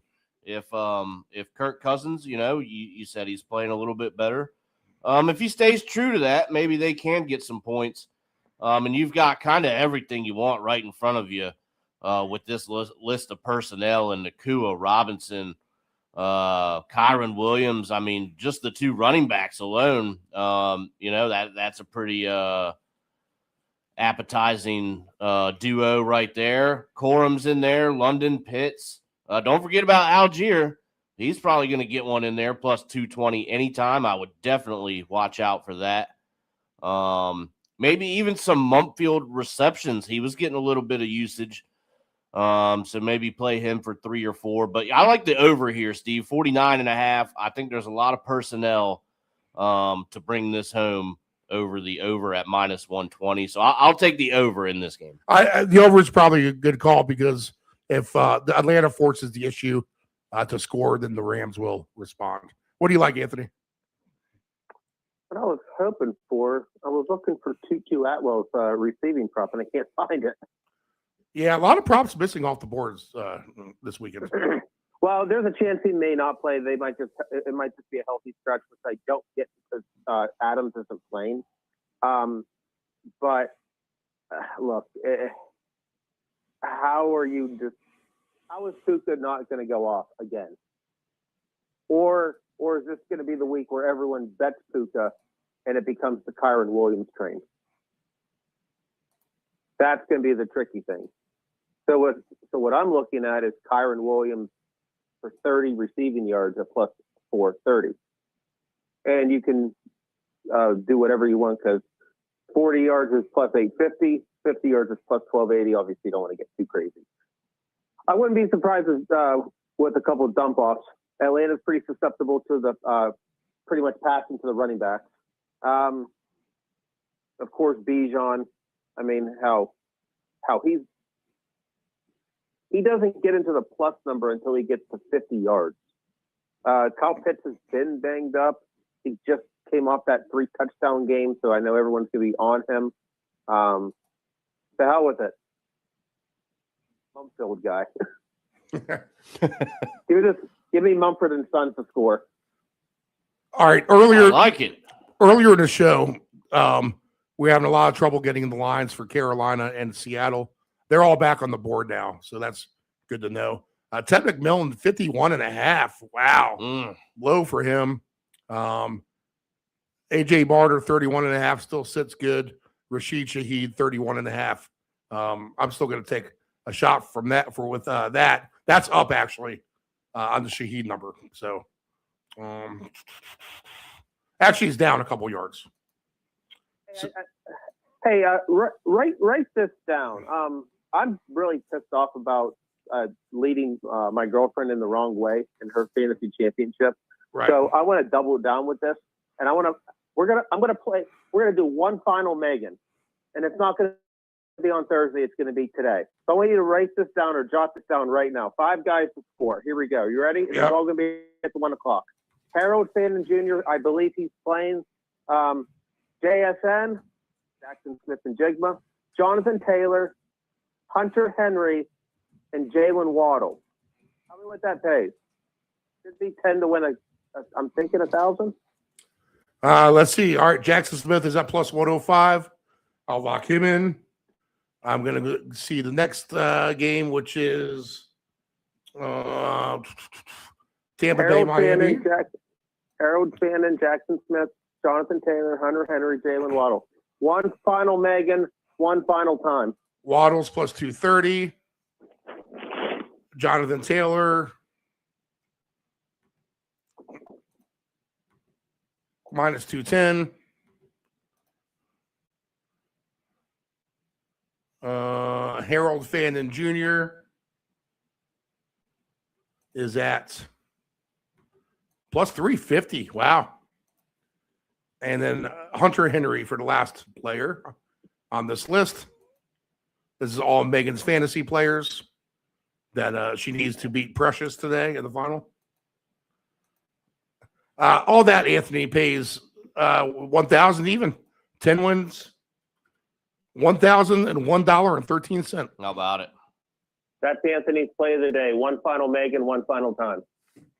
All right, I'm on board. Yep, doing it. Let's do the most famous sounder in all of sports. All kinds of production issues this morning. Stand by. Here we go.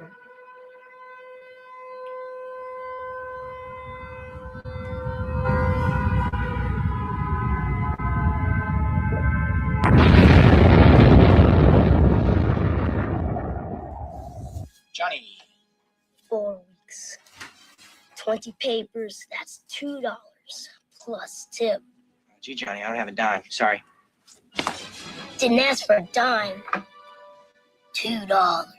I give you 2.5 and a Ric Flair. It's a jungle out there. You got to look out for number 1, but don't step at number 2. Utah, give me 2. And Jimmy 2 times, who got that nickname because he said everything twice, like. I'm going to go get the papers, All right, Anthony, you checked the box with Derrick Henry last night for 2. He got 4. You have some other players on that ticket today. Who do you got? I'm looking right now. So, Jesus. Of course, the time I picked Derrick Henry, all I had to do was pick him to score 4 times. Oh, the hell with it. So I have Derrick Henry for 2. Check. 4 other guys, boys. Jamar Chase, Devon Achane, Jonathan Taylor, Christian McCaffrey. I So that's like one that, of them. yeah. So that'll be in big rooting interest. Of course, all these are round robin. The other one I have is Travis Etienne, Trey McBride, JSN, Mike Evans,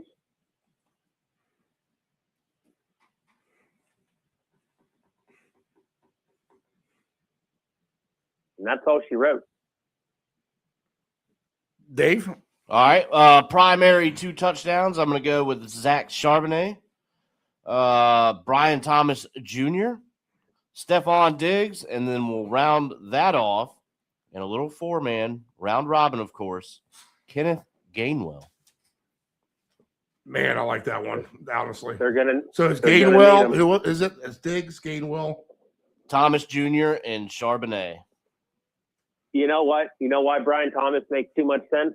Because he was my first round pick, and he's the reason I finished last in my league. and you know what he's going to do today? Rub it in. All right, 2 touchdown scores for me. I got them all over the place. Let's take my man Kyle Williams. Not only will he win me my jackpot for 1, he'll hit me on some sort of a jackpot for 2. Anthony forgot Taysom Hill, of course. I won't, so he'll be on my ticket. I'll add on to the Jamar. I didn't forget. I bet Taysom Hill to score 3 times. Oh yeah, there you go. Okay, Jamar Chase and Evans are good with me. Achan's good with me as well. Brian Thomas Jr. You guys are just stealing all my thunder here. Go ahead and give me my man DK for 2 for Tennessee today. Tennessee is sneaky play to win and scored points this afternoon. Give me Genty for 2. I'll take a Raider. And give me Jackson Dart for 2 on that motif as well. And tonight for the 49ers, go ahead and give me dun, dun, dun. After the Bears give up, give me Brian Robinson for 2. How about that? Which will really make Anthony sick to his stomach. That happens. Well, he can just bet that too at that time. I'm not gonna. Here's the thing. I'm not. How about this? I'm not even gonna think about it. I'm not gonna bet it. I'm not even gonna root for you guys.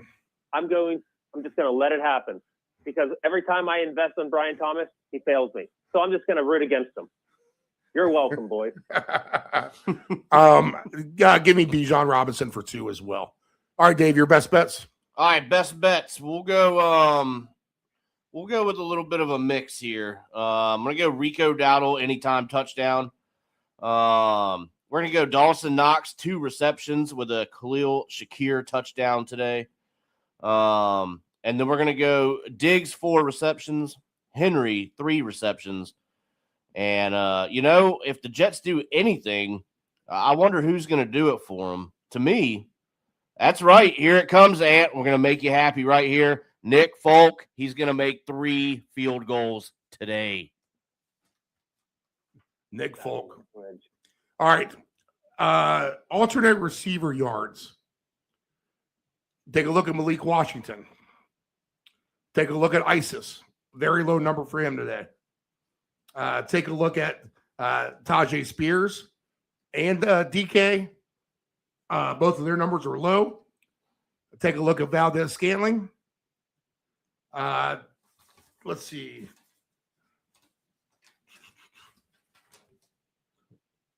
Take a look at Waller. Don't forget about Waller. Puka will have a great game.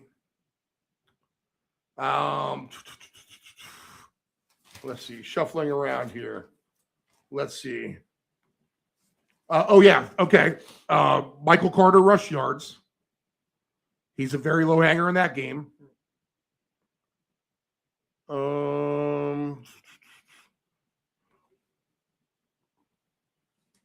Let's see.